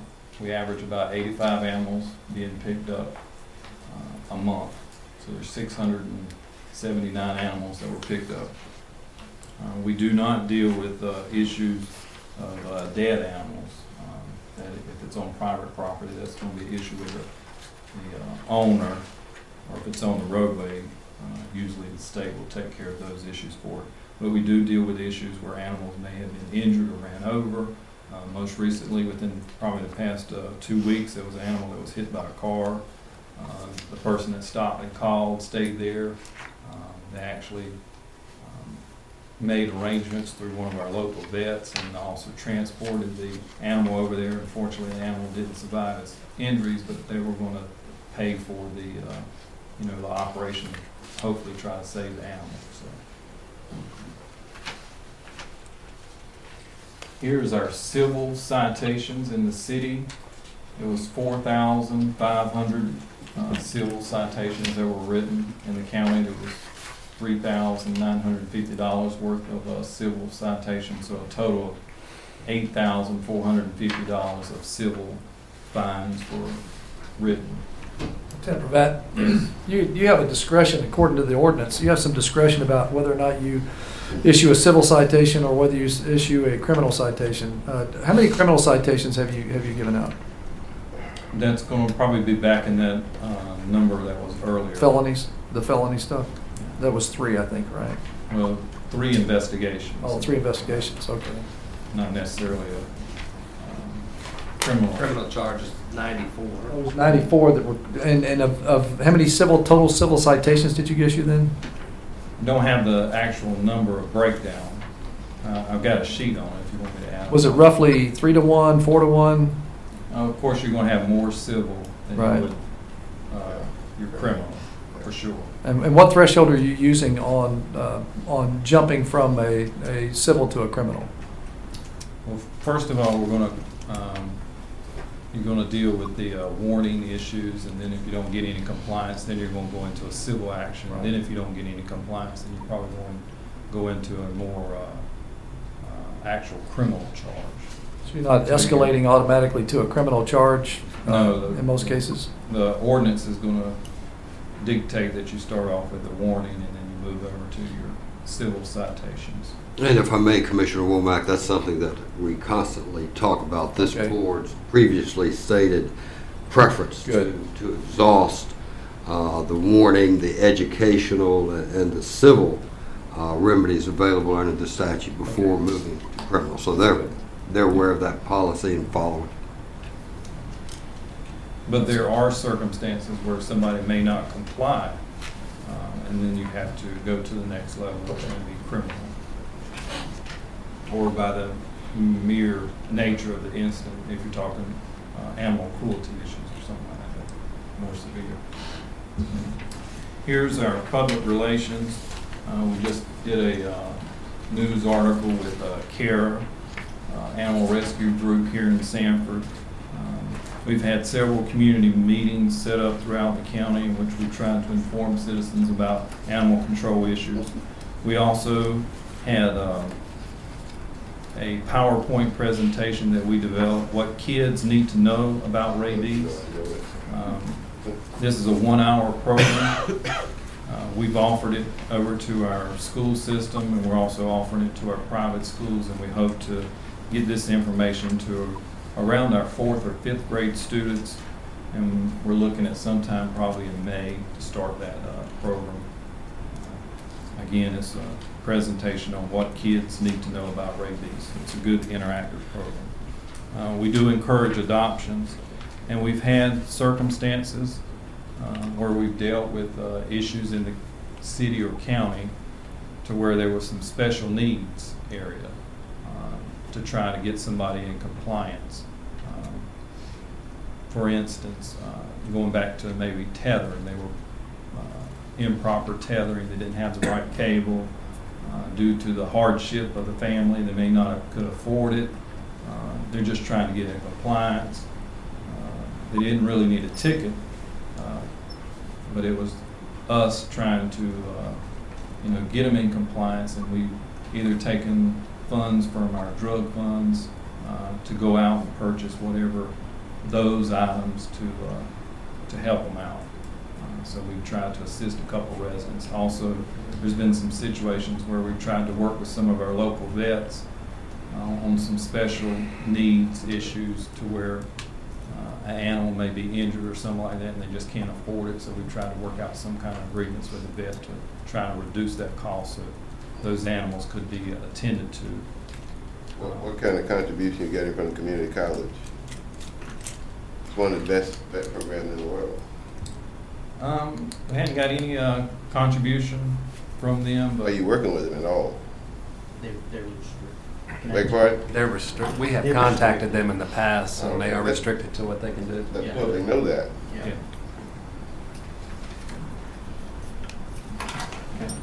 I'll go over some of the training and certification that the officers have been through. The first one was the National Animal Control Association.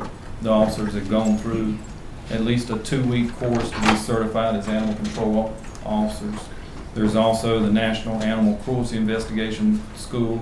This is where we have one of our detectives that is assigned to deal with felony cases, such as Chuck Thomas. There's actually a 3-week course. He's attended 2 of the 3 weeks. He'll finish up this year in Greenville, North Carolina with his last week of school, but he's learning more about how to deal with animal cruelty investigations. And we also have sent the officers to the North Carolina Animal Rabies Control Training, and we, in October, went to the National Disaster Animal Response Training, which was in Greensboro. CARE was also there. This was hosted by the U.S. Humane Society, and the officers were all certified to deal with emergency disaster response. So we felt that after the April incident to make sure that we reached out and got that type of training for the officers. Are you tied in with emergency management under the similar program that FEMA provides? Yes. Here you'll see two examples of dogs that have either been fostered or adopted. Again, we're encouraging adoption at our clinics. You know the animal over to the right-hand side, and I'll bring up the news article. This was an animal a couple of weeks ago that you heard about that was in the dumpster as an animal cruelty investigation. We still have this case open. We do have some good information that we're working on, and hopefully the detective division will soon make an arrest on this particular case for us. In review, the Lee County Sheriff's Office services for animal control reflects the delicate balance that exists between animal welfare and animal control. We strive to be proactive and offer programs to prevent problems before they occur. It is our vision to reduce the dangers and nuisance caused by irresponsible pet ownership and to protect pets from abuse, neglect, and homelessness. We accomplish this through transparency, accountability, professionalism, clarity, and acting with a humane attitude, all through a safe approach. Is there any questions? I would, Madam Chair, with your permission, I'd just like to commend the department on the transition. I think in the first year, we were expecting a rocky transition and maybe some problems, some growing pains.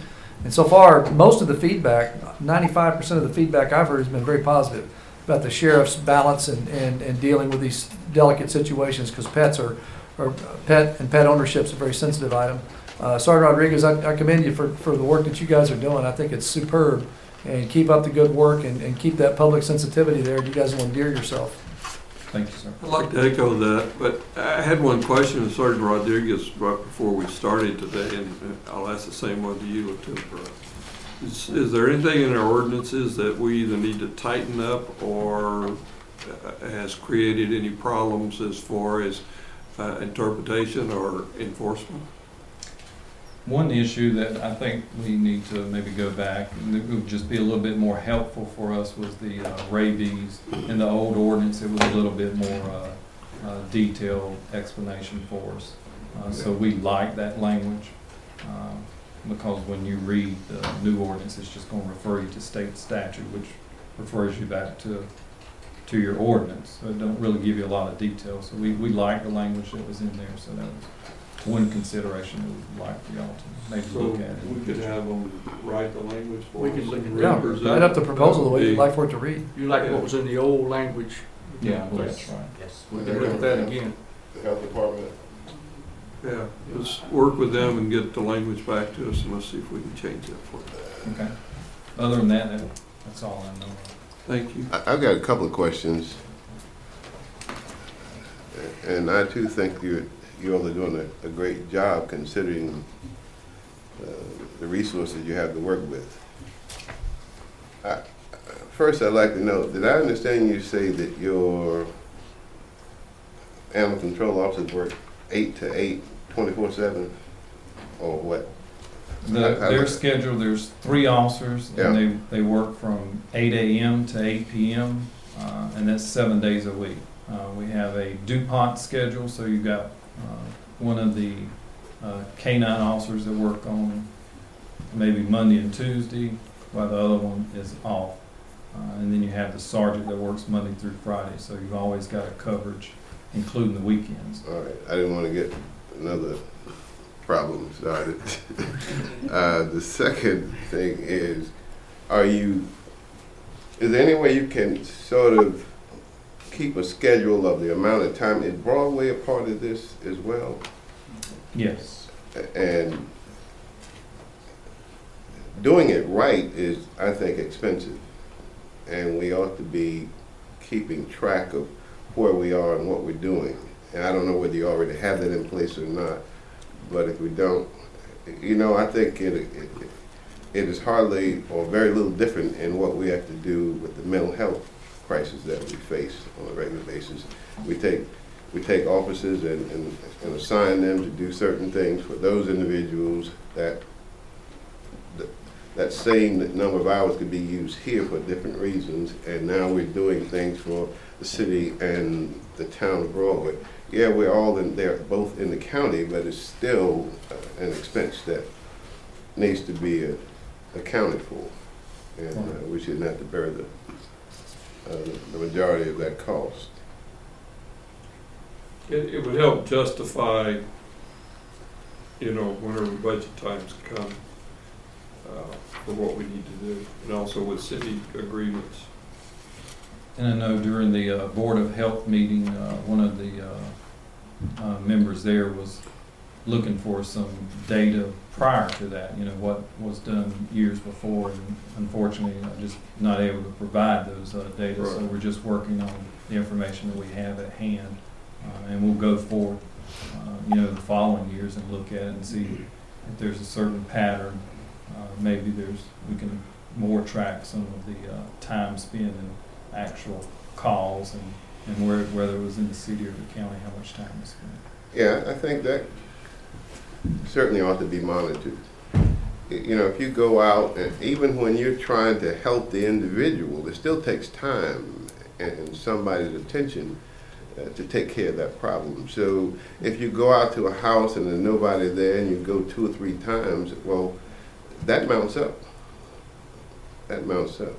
The problem doesn't go away, but the time mounts up until you get it resolved. So I think it would be good if we find a way, and where's our finance director? She's good with numbers. Get with her. She'll help you figure out how to get a fair assessment of what you're doing. You're right, because, one call may take you 20 minutes, while another call may take you an hour, and you have to go back several times to accomplish whatever the mission was that you need to get.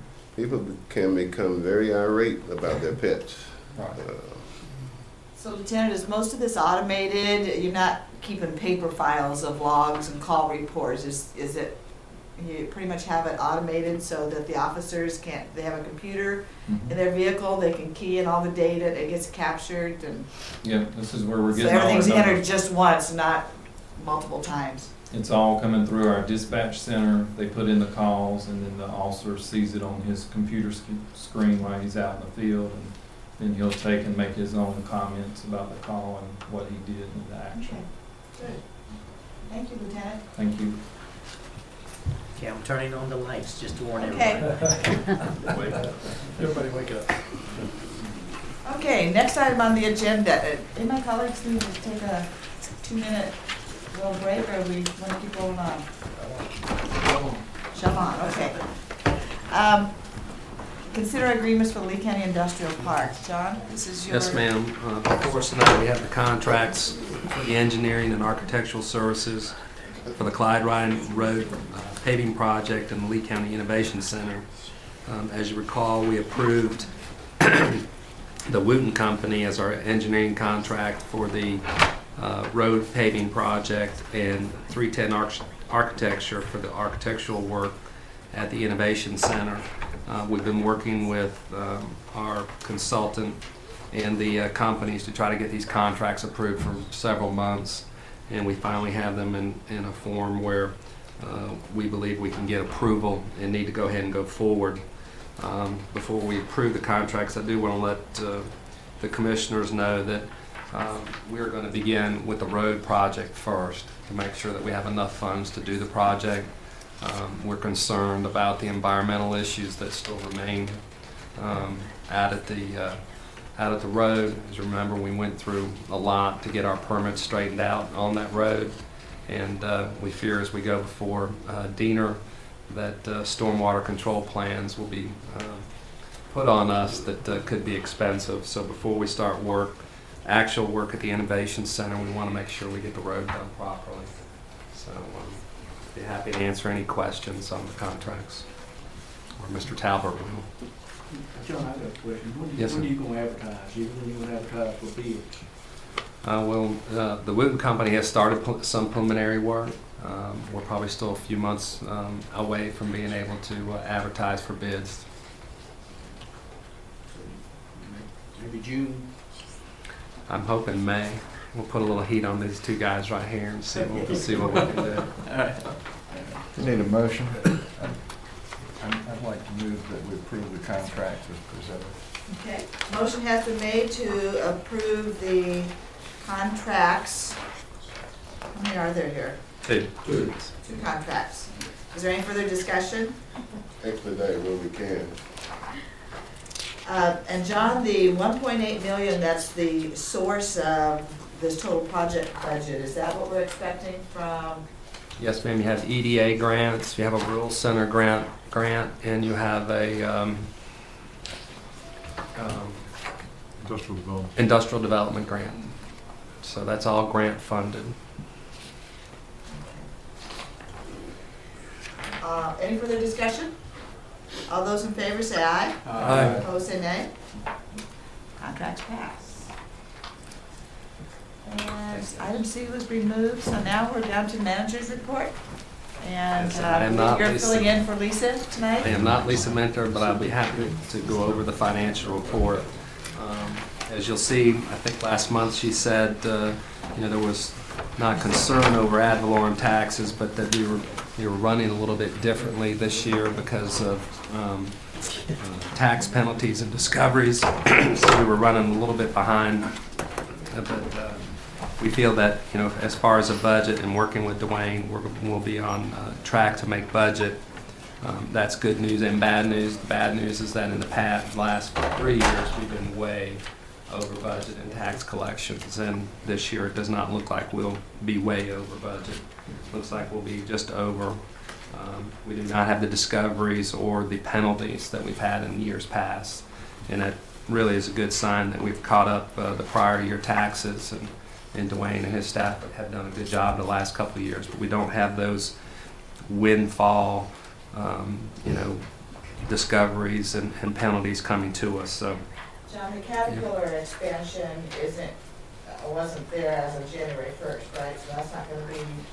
that will be in the coming fiscal year, but it was there, and most of that value should be there. Okay. And we're expecting some other industrial value as well. So we're modestly optimistic there'll be some tax-based growth when we sit down in March and April and go over our values. So we're actually pretty excited about that. The rest of the revenues, as you'll see in the sales tax report, our sales tax report continues to run right on budget and forecast. And we're hearing good things about December. Those sales tax numbers are through November. And we're excited to be getting December's numbers March 10th. So they should be good. Expenditures are running right on track. Once again, in past years, we've been able to run significantly under expenditure budget. And talking with the department heads, we're trying to implement a few things here at the end of the year to make sure that comes in again, so we don't use a lot of the $3.8 million of fund balance that's been budgeted. One question for you. Yes, sir. On the top of page 2 of 3, under economic and physical development, I noticed that last year, this time, we were at 38% expended, and now this year we're 55%. It's a fairly substantial difference. What's the... If you look at the economic development, we have paid out this year most of our incentive expenditures that we're doing. And then last year, you can see there was a large amount, a larger amount of incentives that were to be paid out last year, and it came down significantly this year. So it kind of skewed the budget a little bit, the way it looks. But last year we had a budget of 1.9 million, and this year had a budget of 1.2 million. And that includes what we fund the EDC plus the incentive payouts. All right, so that's really more a factor of the timing of the payout of incentives than it is any other factor. Yes, sir. How are we doing in general terms of, because I mean, all of our incentives are based on contracts and they have to meet certain thresholds or certain requirements to be paid out. Typically in years past, we've had occasions where we haven't paid out because they didn't meet the necessary criterion. How are we doing this year as compared to years past in general? Are we having more of the contracted incentive payments back being made on schedule than normal, or are we going about the same? Most of the contracted payouts have been on schedule. I think that we had challenge printing get delayed, and I think we modified that contract a few months back, but everybody else is on schedule, and those payments are on schedule. You also, the big decrease was really with the Wyeth incentives, where we're paying less and less to them as those contracts are expiring. So really all that we have left as far as payouts are really the smaller amounts, smaller contracts that have been approved. And we still have one Wyeth grant that we're paying back, or that we still have to pay out for next year? Yes, sir. That's the administration building. All right.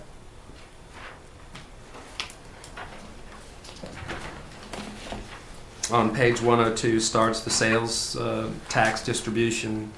Once again, if you look at November's payout versus last year, it was slightly up versus last year. And so we continue that trend of each month being more than the prior year. And that's a good thing, because that means our forecast and what we budgeted, because we budgeted a slight increase in sales tax revenues. Do you have any questions for Mr. Crumpton? You're next on the agenda also with your monthly report. Yes, ma'am. On page 105, starting with the report, Springstead Consultants have completed the preliminary work on the pay classification plan update and beginning interviews next week. And to follow up on the data that they received, we're hopeful that we will still get that report in March and be able to present that to you at the second meeting in March. We'll know more the first meeting in March, whether we'll be able to meet that timetable. We now receive both, as everybody knows, we've received both drafts of the Evergreen Solution audits, the counties and the Board of Education's. All comments are back to Evergreen on the counties, and we should have all the Board of Education comments from staff. I have not received any from commissioners to go back to Evergreen on the Board of Education audit. We told Evergreen we'd have all those to them by the end of the week. So if the commissioners have read the Board of Education audit and have any comments that they would like for us to forward, we ask that you please get those to us this week, by Friday. I talked with Linda Riccio about the reports, the final. Right now, she would like to appear before the board at the March 20th meeting and present both reports to this board. Did you or the staff, either one, have any comments regarding the Board of Education? We did. I made comments after consulting with Lisa. We made comments on some of the statistical data and some of the conclusions that were made off of the statistical data. Specifically, I think there was some discussion about our per pupil spending being low on capital, and we went through this last spring, if everybody remembers. We give all our lottery money to capital, and when that money is reported to DPI, we do not get credit for that roughly $700,000 in lottery money that goes there. Also, over the last two budgets, we've increased current capital by $150,000 a year, or a total of $300,000. So we're up to $1 million of what is the perceived $1.3 million shortfall of current capital. But the true test in the report really is at the back of the report, when the report says, that the buildings are in excellent repair and that the program that the schools have in place is maintaining the schools. So I think we've done a good job. I think the Board of Education's done a good job with the money that we've given them. So we kind of we kind of questioned some of those numbers and hoped that they would put in the report, those numbers, especially the lottery proceeds. And then also, they didn't comment on the debt per pupil spending at the county. So we asked them if they would put a chart and compare the other counties with debt per pupil spending. Which is a reflection of capital projects. Which is a reflection of capital projects. And so, we look at it. I know the Board of Education doesn't actually receive the money to pay the debt, but it makes up quite a bit of our budget. Almost 98% of the debt we have outstanding right now is school related, not just K-12, but also community college. So county's made that big commitment. And then we also had issues with the, of course we said it in our report, but we also had an issue with the Board of Education report about the fund balance, and basically reporting a shared fund balance amount. First of all, I don't think the local government commission would be real happy with us breaking that out, considering it differently. And then second of all, we really felt like if they felt fund balance for the schools was an issue, then we already have our policy in place. They do not. And that the Board of Education and the Board of County Commissioners should sit down and develop a fund balance policy for the Board of Education. So those were our basic comments from the staff on the report. All right. The courthouse renovation project is out to bid. The bid advertisements went out on January 22nd. The pre-bid conference was held on January, that should be 31st. I'm sorry, that's a typo. 31st. And the bids are due tomorrow. So we plan to ask commissioners to award this contract at the March 5th board meeting. And as y'all probably saw that the security system, everybody's getting ready for that and should be beginning work fairly quickly on that. John, you know how many packages were picked up on this bid? No, sir, I did not ask, but I know that 11 contractors came to the pre-bid. Somewhere around that. Yeah, 11 showed up for the pre-bid. They were prime contractors? Yes, sir. That's good. Other items of interest to staff is, I've begun basically the review of the what's been submitted for the 5-year capital improvement plan. Keeping with our schedule, have that before the board April 2nd for review. We've already begun work on the FY 12-13 budget. We're starting review of the budget March 20th, and we'll talk about it a little bit more, but we're having the budget kickoff one-day workshop on March 8th, which I'm looking forward to. Talk about that under item 3. We've received confirmation from the School of Government on the bottom line budget simulation exercise, and I've sent out the invitations to the 16 participants outside of Lee County government to attend. I haven't had anybody respond that they weren't going to be. I've had several people respond that they were going to be here and actually were very excited about taking part in that process with us. So I think it's going to be a great morning. John, can you explain, at the bottom of page 105, I had the question, the two sentences from the bottom says, part of this discussion will include a proposal to look at refunding some of our long-term debt. That should be re-funding. Refinancing, so I don't know if anybody else had that. Refunding was a word I used from our consultants who came and evaluated our debt for us, Davenport and Associates. And during lunch, we had proposed having Ted Cole come and talk about the possibility of refunding the 2004 COPS and trying to save the county around $120,000 a year by refunding the debt at a lower interest rate. So that's right, re-hyphen it's funding. basically a refinancing, but they call it a refunding. And then in the afternoon, we'll be meeting with the SBTDC to begin discussions on developing a long-term comprehensive economic growth strategy. And they've been doing a lot of footwork on other plans that have been developed by other organizations to find out what else is going on in the community. So we're excited about that too. Next week, on February 28th at 5 p.m. till 7 p.m., we've been invited to attend the Lee County Environmental Affairs Board meeting. They've invited us, the city of Sanford and town of Broadway. I think the city of Sanford today has requested their own meeting without us with the Lee County Environmental Affairs Board. I was left that voicemail today. So it's just going to be us, the town of Broadway, and the Lee County Environmental Affairs Board. Do we have an agenda, or do we know what the topics are going to be? Or- I'm getting ready to. It's fracking. Oh, it's And I shale think gas. It's well, shale gas extraction, I think There is you what go. we were told to say. It'll be That's right. fact-based discussion, right? Well, the meeting I had with them was fact-based, and of course, they were asking questions. The basic question I got asked that was difficult to answer is, if this comes to Lee County, what do you believe the county will look like? What is your vision? And I thought that, without doing some of the research that we talked about doing about as far as going and visiting other communities and that kind of stuff, it's kind of hard to say.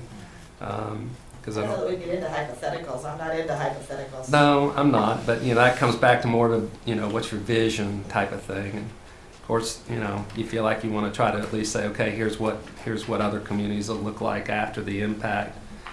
It's probably a good time to bring up. Premature, Jim. When are you planning on taking Doc and some others up to Pennsylvania? When we can go.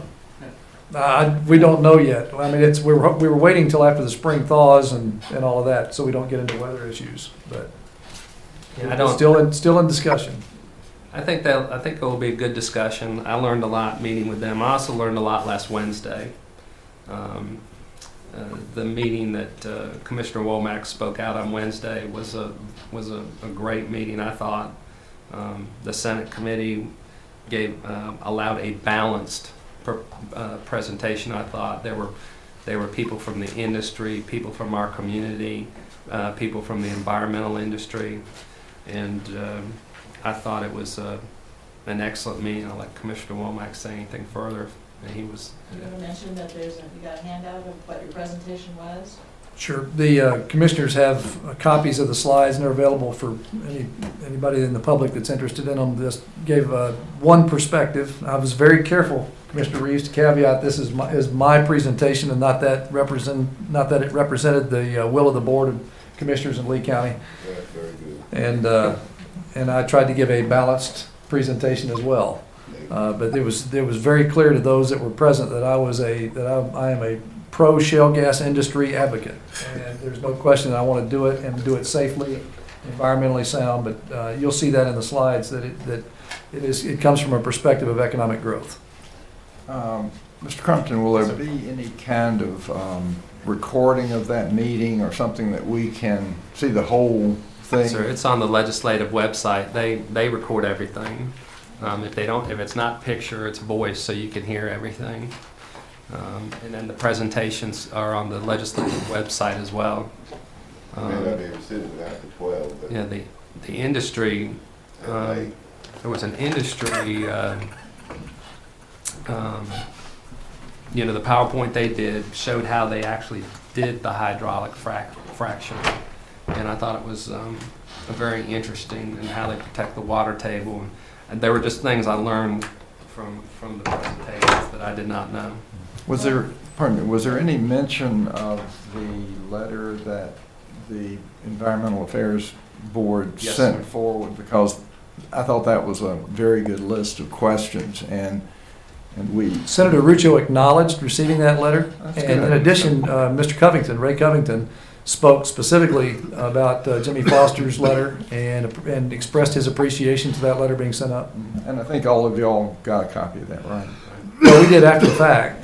Well, it was to have been distributed to you, so you should have a copy if you need it. We got it. We got it electronically. Yeah.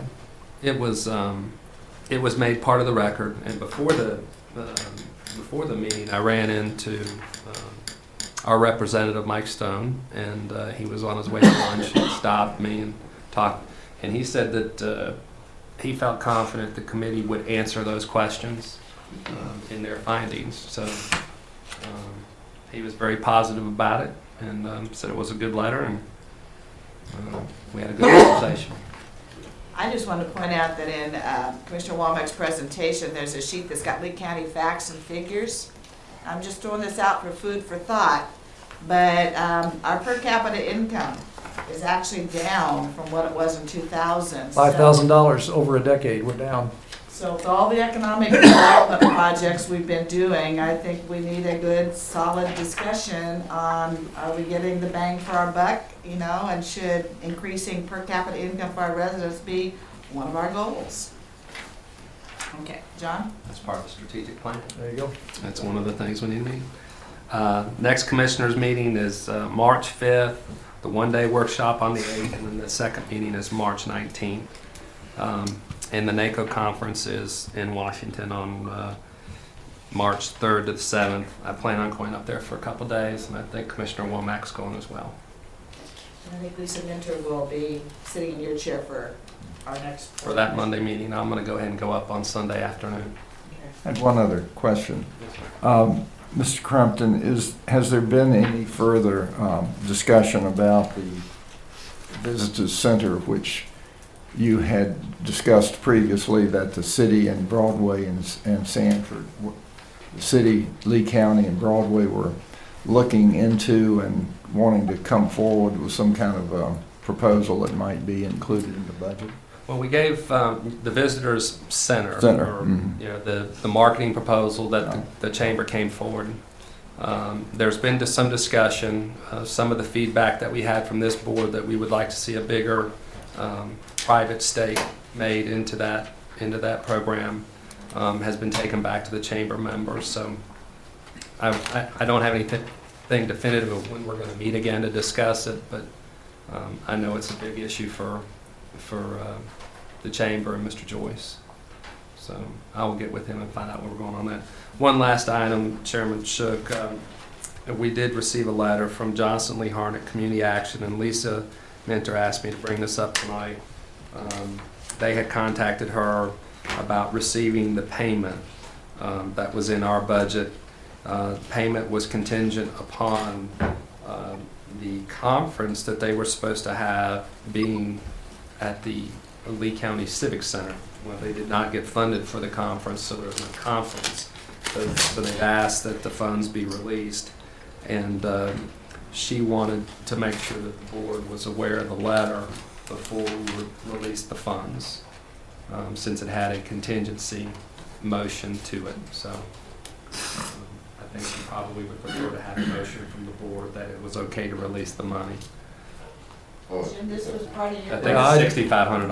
Well, we changed our board policy earlier, or last year. We changed our board policy that said we don't do giveaways, that we are fee for service, that everything we do is done by application, and that there is so that we're not in the donations or contributions business anymore, that we are actually in the business of getting a fee for service, or providing a fee for services rendered. And the service that we delineated in this case to help Johnson Lee Harnett Community Action out was that at the time, they had a grant they were anticipating receiving to hold a major conference. And as to my understanding, the conference was held, and the conference was held in Raleigh. Maybe they didn't get the grant, but somebody did. And therefore, you know, I advocate, and I'm a member of that board, but I don't know of any compelling reason why we should release those funds. They didn't meet the contingent clause in releasing those funds. And it would take a board action to override our budget appropriation last year to do that. I think that's why Ms. Minter wanted it brought to the board. It was her understanding that it would require a motion of the board to release the funds. Is there any question of good faith here? I'm not sure. I have not been in contact. I mean, with it's them. sort I've got of the a sense of moral obligation on our part. Well, we don't, Commissioner Hayes, let me just express, I don't know of a compelling business reason why they have to have that money from us. They have not stated what they can't do without our funds. Right now, they're not anticipating receiving them, they've just requested to get them. If we don't know that there's a service that's important to Lee County citizens that won't be rendered as a result of us not giving them the money, I don't understand, just because somebody says, hey, give me the money, doesn't mean that we should give it to them. Do we have any record of services they perform in Lee County? Sure, we have. Yes, sir. We get their audit, and we also get a performance So they of are their. performing services in Lee County. Yes, sir. And how much do they And compete have with been us for for years. grants? And have been for years. Well, I think. And we budgeted the money for the service? Yes, sir, it's in the budget. I think we compete with a lot of agencies for grants. We're gonna have a discussion here probably during our budget retreat where others are starting to apply for grants that we currently get. And so, you know, the competition is becoming even more intense, and it will, you know, that will affect some of the programs that we're providing, especially in youth services, if we don't get those grant funding. So I think it's a good discussion for our budget to sit there and look at the, you know, are we competing? Are we duplicating services? You know, I know the Johnston Lee Community Action applies for the same CDBG grants and the public housing finance grants that we do for emergency housing repairs and that kind of thing. So, you know, what is our role in that, and what are we going to expect from some of these funding partners? What are they going to do? I can name you dozens of agencies in and around Lee County that provide a very valuable service to citizens of Lee County. One of which we just started up here recently, the homeless shelter for families, or the homeless operation for families, Family Promise, and they don't get a nickel from us or from any other board. And I would just advocate that you know, if we can get a service rendered for a fee that's not already funded by federal grant or otherwise, then there's no question they should be encouraged to apply and be weighed against all the other applications and the tolerance that we have to fund those activities. But I think that we owe it to our taxpayers to be very prudent with the way that we award funds, and that we should be having a measurable service that's rendered when we award those funds, and not just giving away money either in corporate welfare or in nonprofit welfare. That we owe that to all taxpayers. And in this case, we had a contingent clause, and it was in our budget resolution, and they didn't meet the contingent. They didn't meet the stipulation. What did you explain to them after? I went to the very next board meeting and explained and the action that I proposed. I said, you know, my first reaction was to recommend disapproval, but then I tried to find a way creatively that they could provide a service, an additional service, for which they could get a fee and have those funds. Wouldn't cost them a nickel out of their budget, but it would allow them to help us help the citizens of Lee County. And in that case, they were unsuccessful in being able to receive the grant and award the grant so that we could have a major conference here in Lee County at the Dennis A. Wicker Civic Center. That's what we were trying to do. I understand that. What I'm asking is, are you suggesting that you couldn't find any benefit they provide to Lee County already? No, Commissioner Hayes, sorry, Reeves. The fact is that they provide a very valuable service to Lee County. It's not been defined what they can't do without this money. They have a seven-figure budget. So, they have numbers of people that are working for Lee County, Harnett County, and Johnston County. They're already funded. They're already going to continue their operations without this money. I'm going to move that it be approved. You know, if you, and that's my motion. Let me ask a question. Well, my motion is on. Got a motion on the Yeah, I table. know. Okay, motion on the table to approve the request of Johnson, Harnett Lee, request for their money. Is there any discussion? Yes.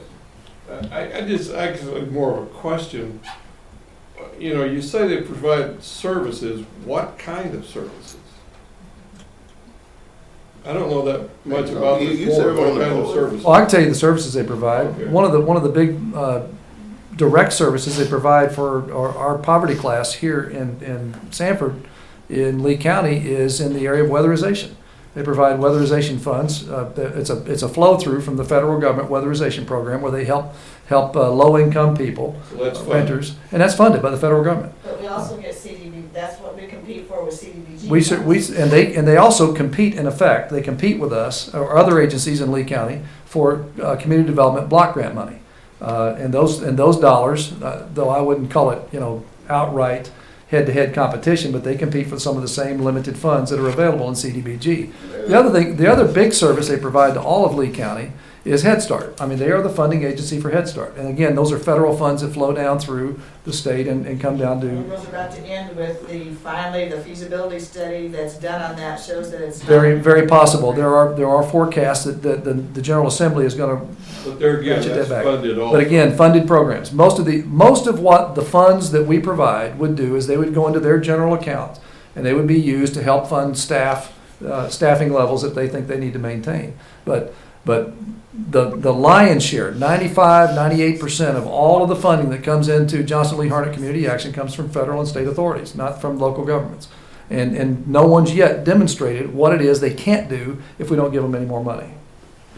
And my point is that if you're going to have those kinds of conditions in place, then you ought to explain to them or make the request that you need to know what they aren't going to be able to do before we commit. Well, they didn't do me the courtesy of sending me the letter so that I could go find that out. So, I mean, I'm finding it out at the same time you are in terms of this board's activity. We also provide them an office and pay the utilities and Yes. whatever on that too, right, John? Yes, ma'am. They share the same office with the same building where the Board of Elections is. And they're providing a service that we don't provide right now. Just wanted to ask again the amount of money we're talking about. It's $6,500. Mainly. Okay, the motion has been on the table to approve their request. Is there further discussion? All those in favor say aye. Aye. Opposed say nay. Nay. Hands on the nays. I think I can count to 3. Okay. Good job, Madam Chair. That's it for my report, Madam Chair. Okay, commissioners' comments. Commissioner Pascal? Commissioner Hayes? No, thank you. Commissioner Parks? Just 2 items. One, I provided for all the commissioners a copy of a matrix, a spreadsheet, which has in effect the same spreadsheet information that was provided by Dr. Moss, the superintendent of schools, and circulated around town about the business case for more funding for the public schools. I went back and cross-checked each and every line item of his spreadsheet, and then I added a column here with an explanation of where his logic was flawed in reading the report, the draft report back from Evergreen, and would like to point out that it actually, based on my calculations, and I'm asking Dr. Rexio to verify my numbers, but I believe that it shows just the opposite of what his conclusion was, is that we are overfunding public education using his metrics by the tune of $728,000 per year for this year and a 5-year period of $7.9 million. And I wanted to make that a matter of public record that I've got this spreadsheet here and it's available again for electronic circulation around. This is, again, caveated by the fact it's a draft report. And Evergreen may make final adjustments to their recommendations before they're done. But for our purposes, I think it's important to have perhaps an alternative viewpoint expressed in this matrix with explanations. The other item I have is that, and County Manager mentioned that before, that on March the 5th and 6th, I'll be traveling up to Washington to participate in the NACO conference, and with the express purpose of going up there for 2 items. One, the panel seminar on what they call hydraulic fracturing, or the shale gas industry, which is now becoming a nationwide initiative. There are 16 other states that are involved in this, and they're trying to form a national collaboration among county commissioners in NACO, and I intend to be the Lee County representative up there for this particular conference, and then to be a part of that national level collaboration, so that we can stay abreast of best practices and lessons learned in other states. I think, and I'll share all of that openly back with the board and with the county manager to make sure that we're up to speed on what they're doing. Also, I'm going up to participate in the North Carolina breakfast. I think it's on one of those days, and Wednesday. So I hope to participate in that. I'll leave after the county commissioners meeting on March the 5th, and travel up there at that point. Stay with your brother? Yes, I am. Okay. Okay, I don't think I have any. Oh, I'm sorry, Commissioner Reeves. No, you're not. I would ask that the Environmental Committee and any other group submit to us any of their concerns and recommendations prior to any of our meetings. You know, it doesn't do us, I don't think it does us any good to go to a meeting cold turkey. I'd like to know what any of the concerned citizens or groups that are already meeting have put in place and submitted to this board, so that we have a reasonable expectation of what it is they're looking for. And we, quite frankly, ought to take a look at it before we meet with other folks to see where this board stands on the issue and what. So that's my comment for this evening, and I hope you consider that. I think it's a good point. But we got a lot of different things going on at one time, different people feeling different ways. I understand that.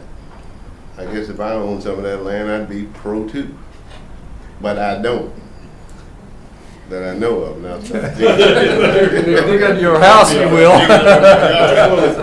Well, would it be prudent of this board to postpone our joint meeting until after the NACO stuff? I think that would be good.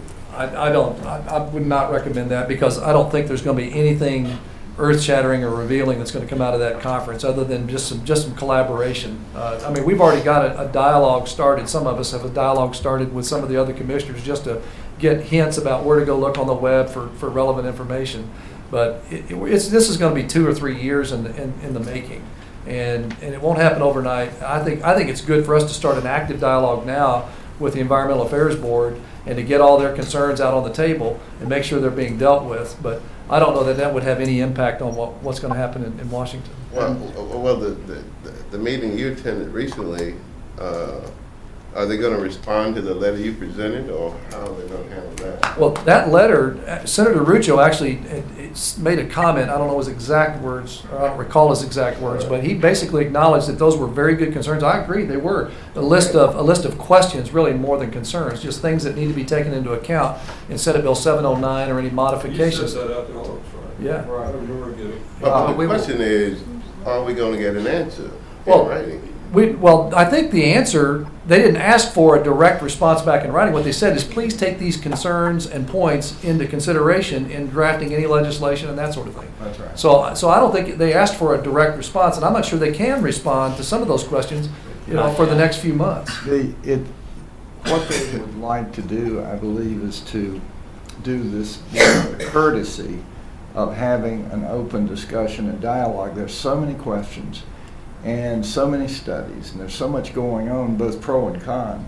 I think that they feel it's their responsibility to meet with this commission and with the city and with Broadway to talk about those questions, to Talk about the information that they've already that they've researched. received, and it's been voluminous, and then ask any comments from you that you might have. So it's a due diligence kind of a thing to try to reach out and be together and to talk about this and see where it goes, because I don't think anybody at the moment really knows quite where it's where it's going to end up for sure. And Jim, the state's report now, the Diener report will be out. I think March the 20th, you're going to get an early look and chance for public comment at some of the, I don't know if it's going to be a draft version of the report or just some preliminary findings, that there's going to be 2 sessions, I think March 21st and March 27th, I think of the dates I heard, where they're going to deal with it, much like the redistricting. Which thought I'd get a rise out of One of the public hearings is supposed to be here. Right here at the Civic Center. And those dates will be announced. They'll be widely publicized, and I'm going to personally deliver a copy of that to Commissioner Reeves, so we're on the same sheet of music. And I don't want it. Okay, well, just wanted to make sure you're informed, and we will have hearings on it before the final report comes out, which is due out, I think, roughly 2 months later, May the 21st. And then Senate Bill 709, none of us really know the status of that bill right now, whether the House is going to attempt an override with modifications or whatever. So nobody really knows what the status of that bill is. So there's not been yet granted a green light to do horizontal drilling. Sure. And that's still a ways off. But I think that's the real question right now is the status of Senate Bill 709, which would establish an energy policy, an energy committee for the state, and the move forward for to exploit the oil and gas reserves in North Carolina. So I guess our joint meeting for this 28th is still on then, right? Yes, ma'am. Okay. But that's what I want to get back to, because I'm trying to understand. Our environmental board, I guess I need to ask the question, have they sent us a list of questions and concerns? Mm-hmm. You said they have? Yes, sir. And they're supposed to have been distributed to all of us. Okay. It was about 10 days ago or so. And this is the same list of questions they sent to the Senate committee. Okay. And it's a good list of questions, and that in of itself would generate a lot of interest on your part, I think, just to go down through there. And these are very fundamental questions, and I think once we have the answers to them, the people will be in a position to. This came from Jim Foster, his group. Well, his group, the environmental, which is an appointed committee representing all three of the. I haven't seen that. It was sent out by email. I think I got it from Ray Covington. Dr. Covington sent that to me, and I think it was circulated by Gaynell, if I'm not mistaken, to all of the commissioners by email. Gaynell said it was sent to everyone, and but we can send it again. Yeah. You'll appreciate the depth of questions that this committee, this board went into. There's some really smart folks on there that are. I don't doubt that, but I guess what I'm trying to determine here is if the Senate committee hasn't or may not be able to answer the questions, what are you suggesting that comes out of the meeting that we're about to have, other than information purposes? Well, let me try to answer that. Fine. Since this is zero, what am I trying to, this is the epicenter of where the gas is. I think these questions, and this committee felt that speak now or forever hold your peace, and that it was time that very serious questions were raised with the county manager, the city manager, and the manager of Broadway. And this is what happened a meeting ago. And they really wanted to impress upon these gentlemen that there's some very fundamental considerations here that need to be expressed and out in the public. And it was a good meeting. John was there, and so then the next step was to send the letter to the Senate committee and have them simply read it into the record and be aware of these questions, many of which they probably have heard before, but then there were some others that might be original to Lee County. And then the next step was to say, let's meet with the Board of Commissioners and the Town of Broadway and City Council to elaborate on those questions. We don't have answers to them, but there may be some insights that some of you would have once you've read those questions to say, amen, let's, I think the feeling was we'd better circle the wagons right here in Lee County, for better or worse, than anywhere else, because this is where the mother lode is. Right. So the other question I have is, now that we've got those questions forwarded to the legislature, and we made them available, the county made them available to the library and other places? I'm not sure. Well, Yes, sir. Beg pardon? Well, certainly, if we're, this is not a little clique. We're talking about things that could impact everybody in the county. It certainly will impact. Well, if you have that information, let's get it distributed, because other people who may not be keeping up with it may look at these questions and have better ideas than some of us. Right. But I'm concerned that if the legislature and Congress are kind of still out to lunch on this deal, and we're about to have changes on the boards, on this board in particular, moving too fast is not what I think we ought to be about. I'm not saying not move. I'm not opposed to the 28th. I'm voicing my concerns about what we do when we get there. Yeah. Well, one of the things that you just pointed out, which is excellent, and it just registered with me, was one of the best practices that we got from Cuyahoga and Bradford counties, Pennsylvania, were that they needed a public website or a public web page that addressed all the updates where people could go stay abreast of it. And it just registered with me. That's one of the things we learned early that we need to do, so the public is kept informed of meetings, briefings, presentations they can draw down, where they can go on the web to see the video that you talked about, because that's actually out on the web, and you can look at that at any time. Those things we really owe back to the public, and we should do that.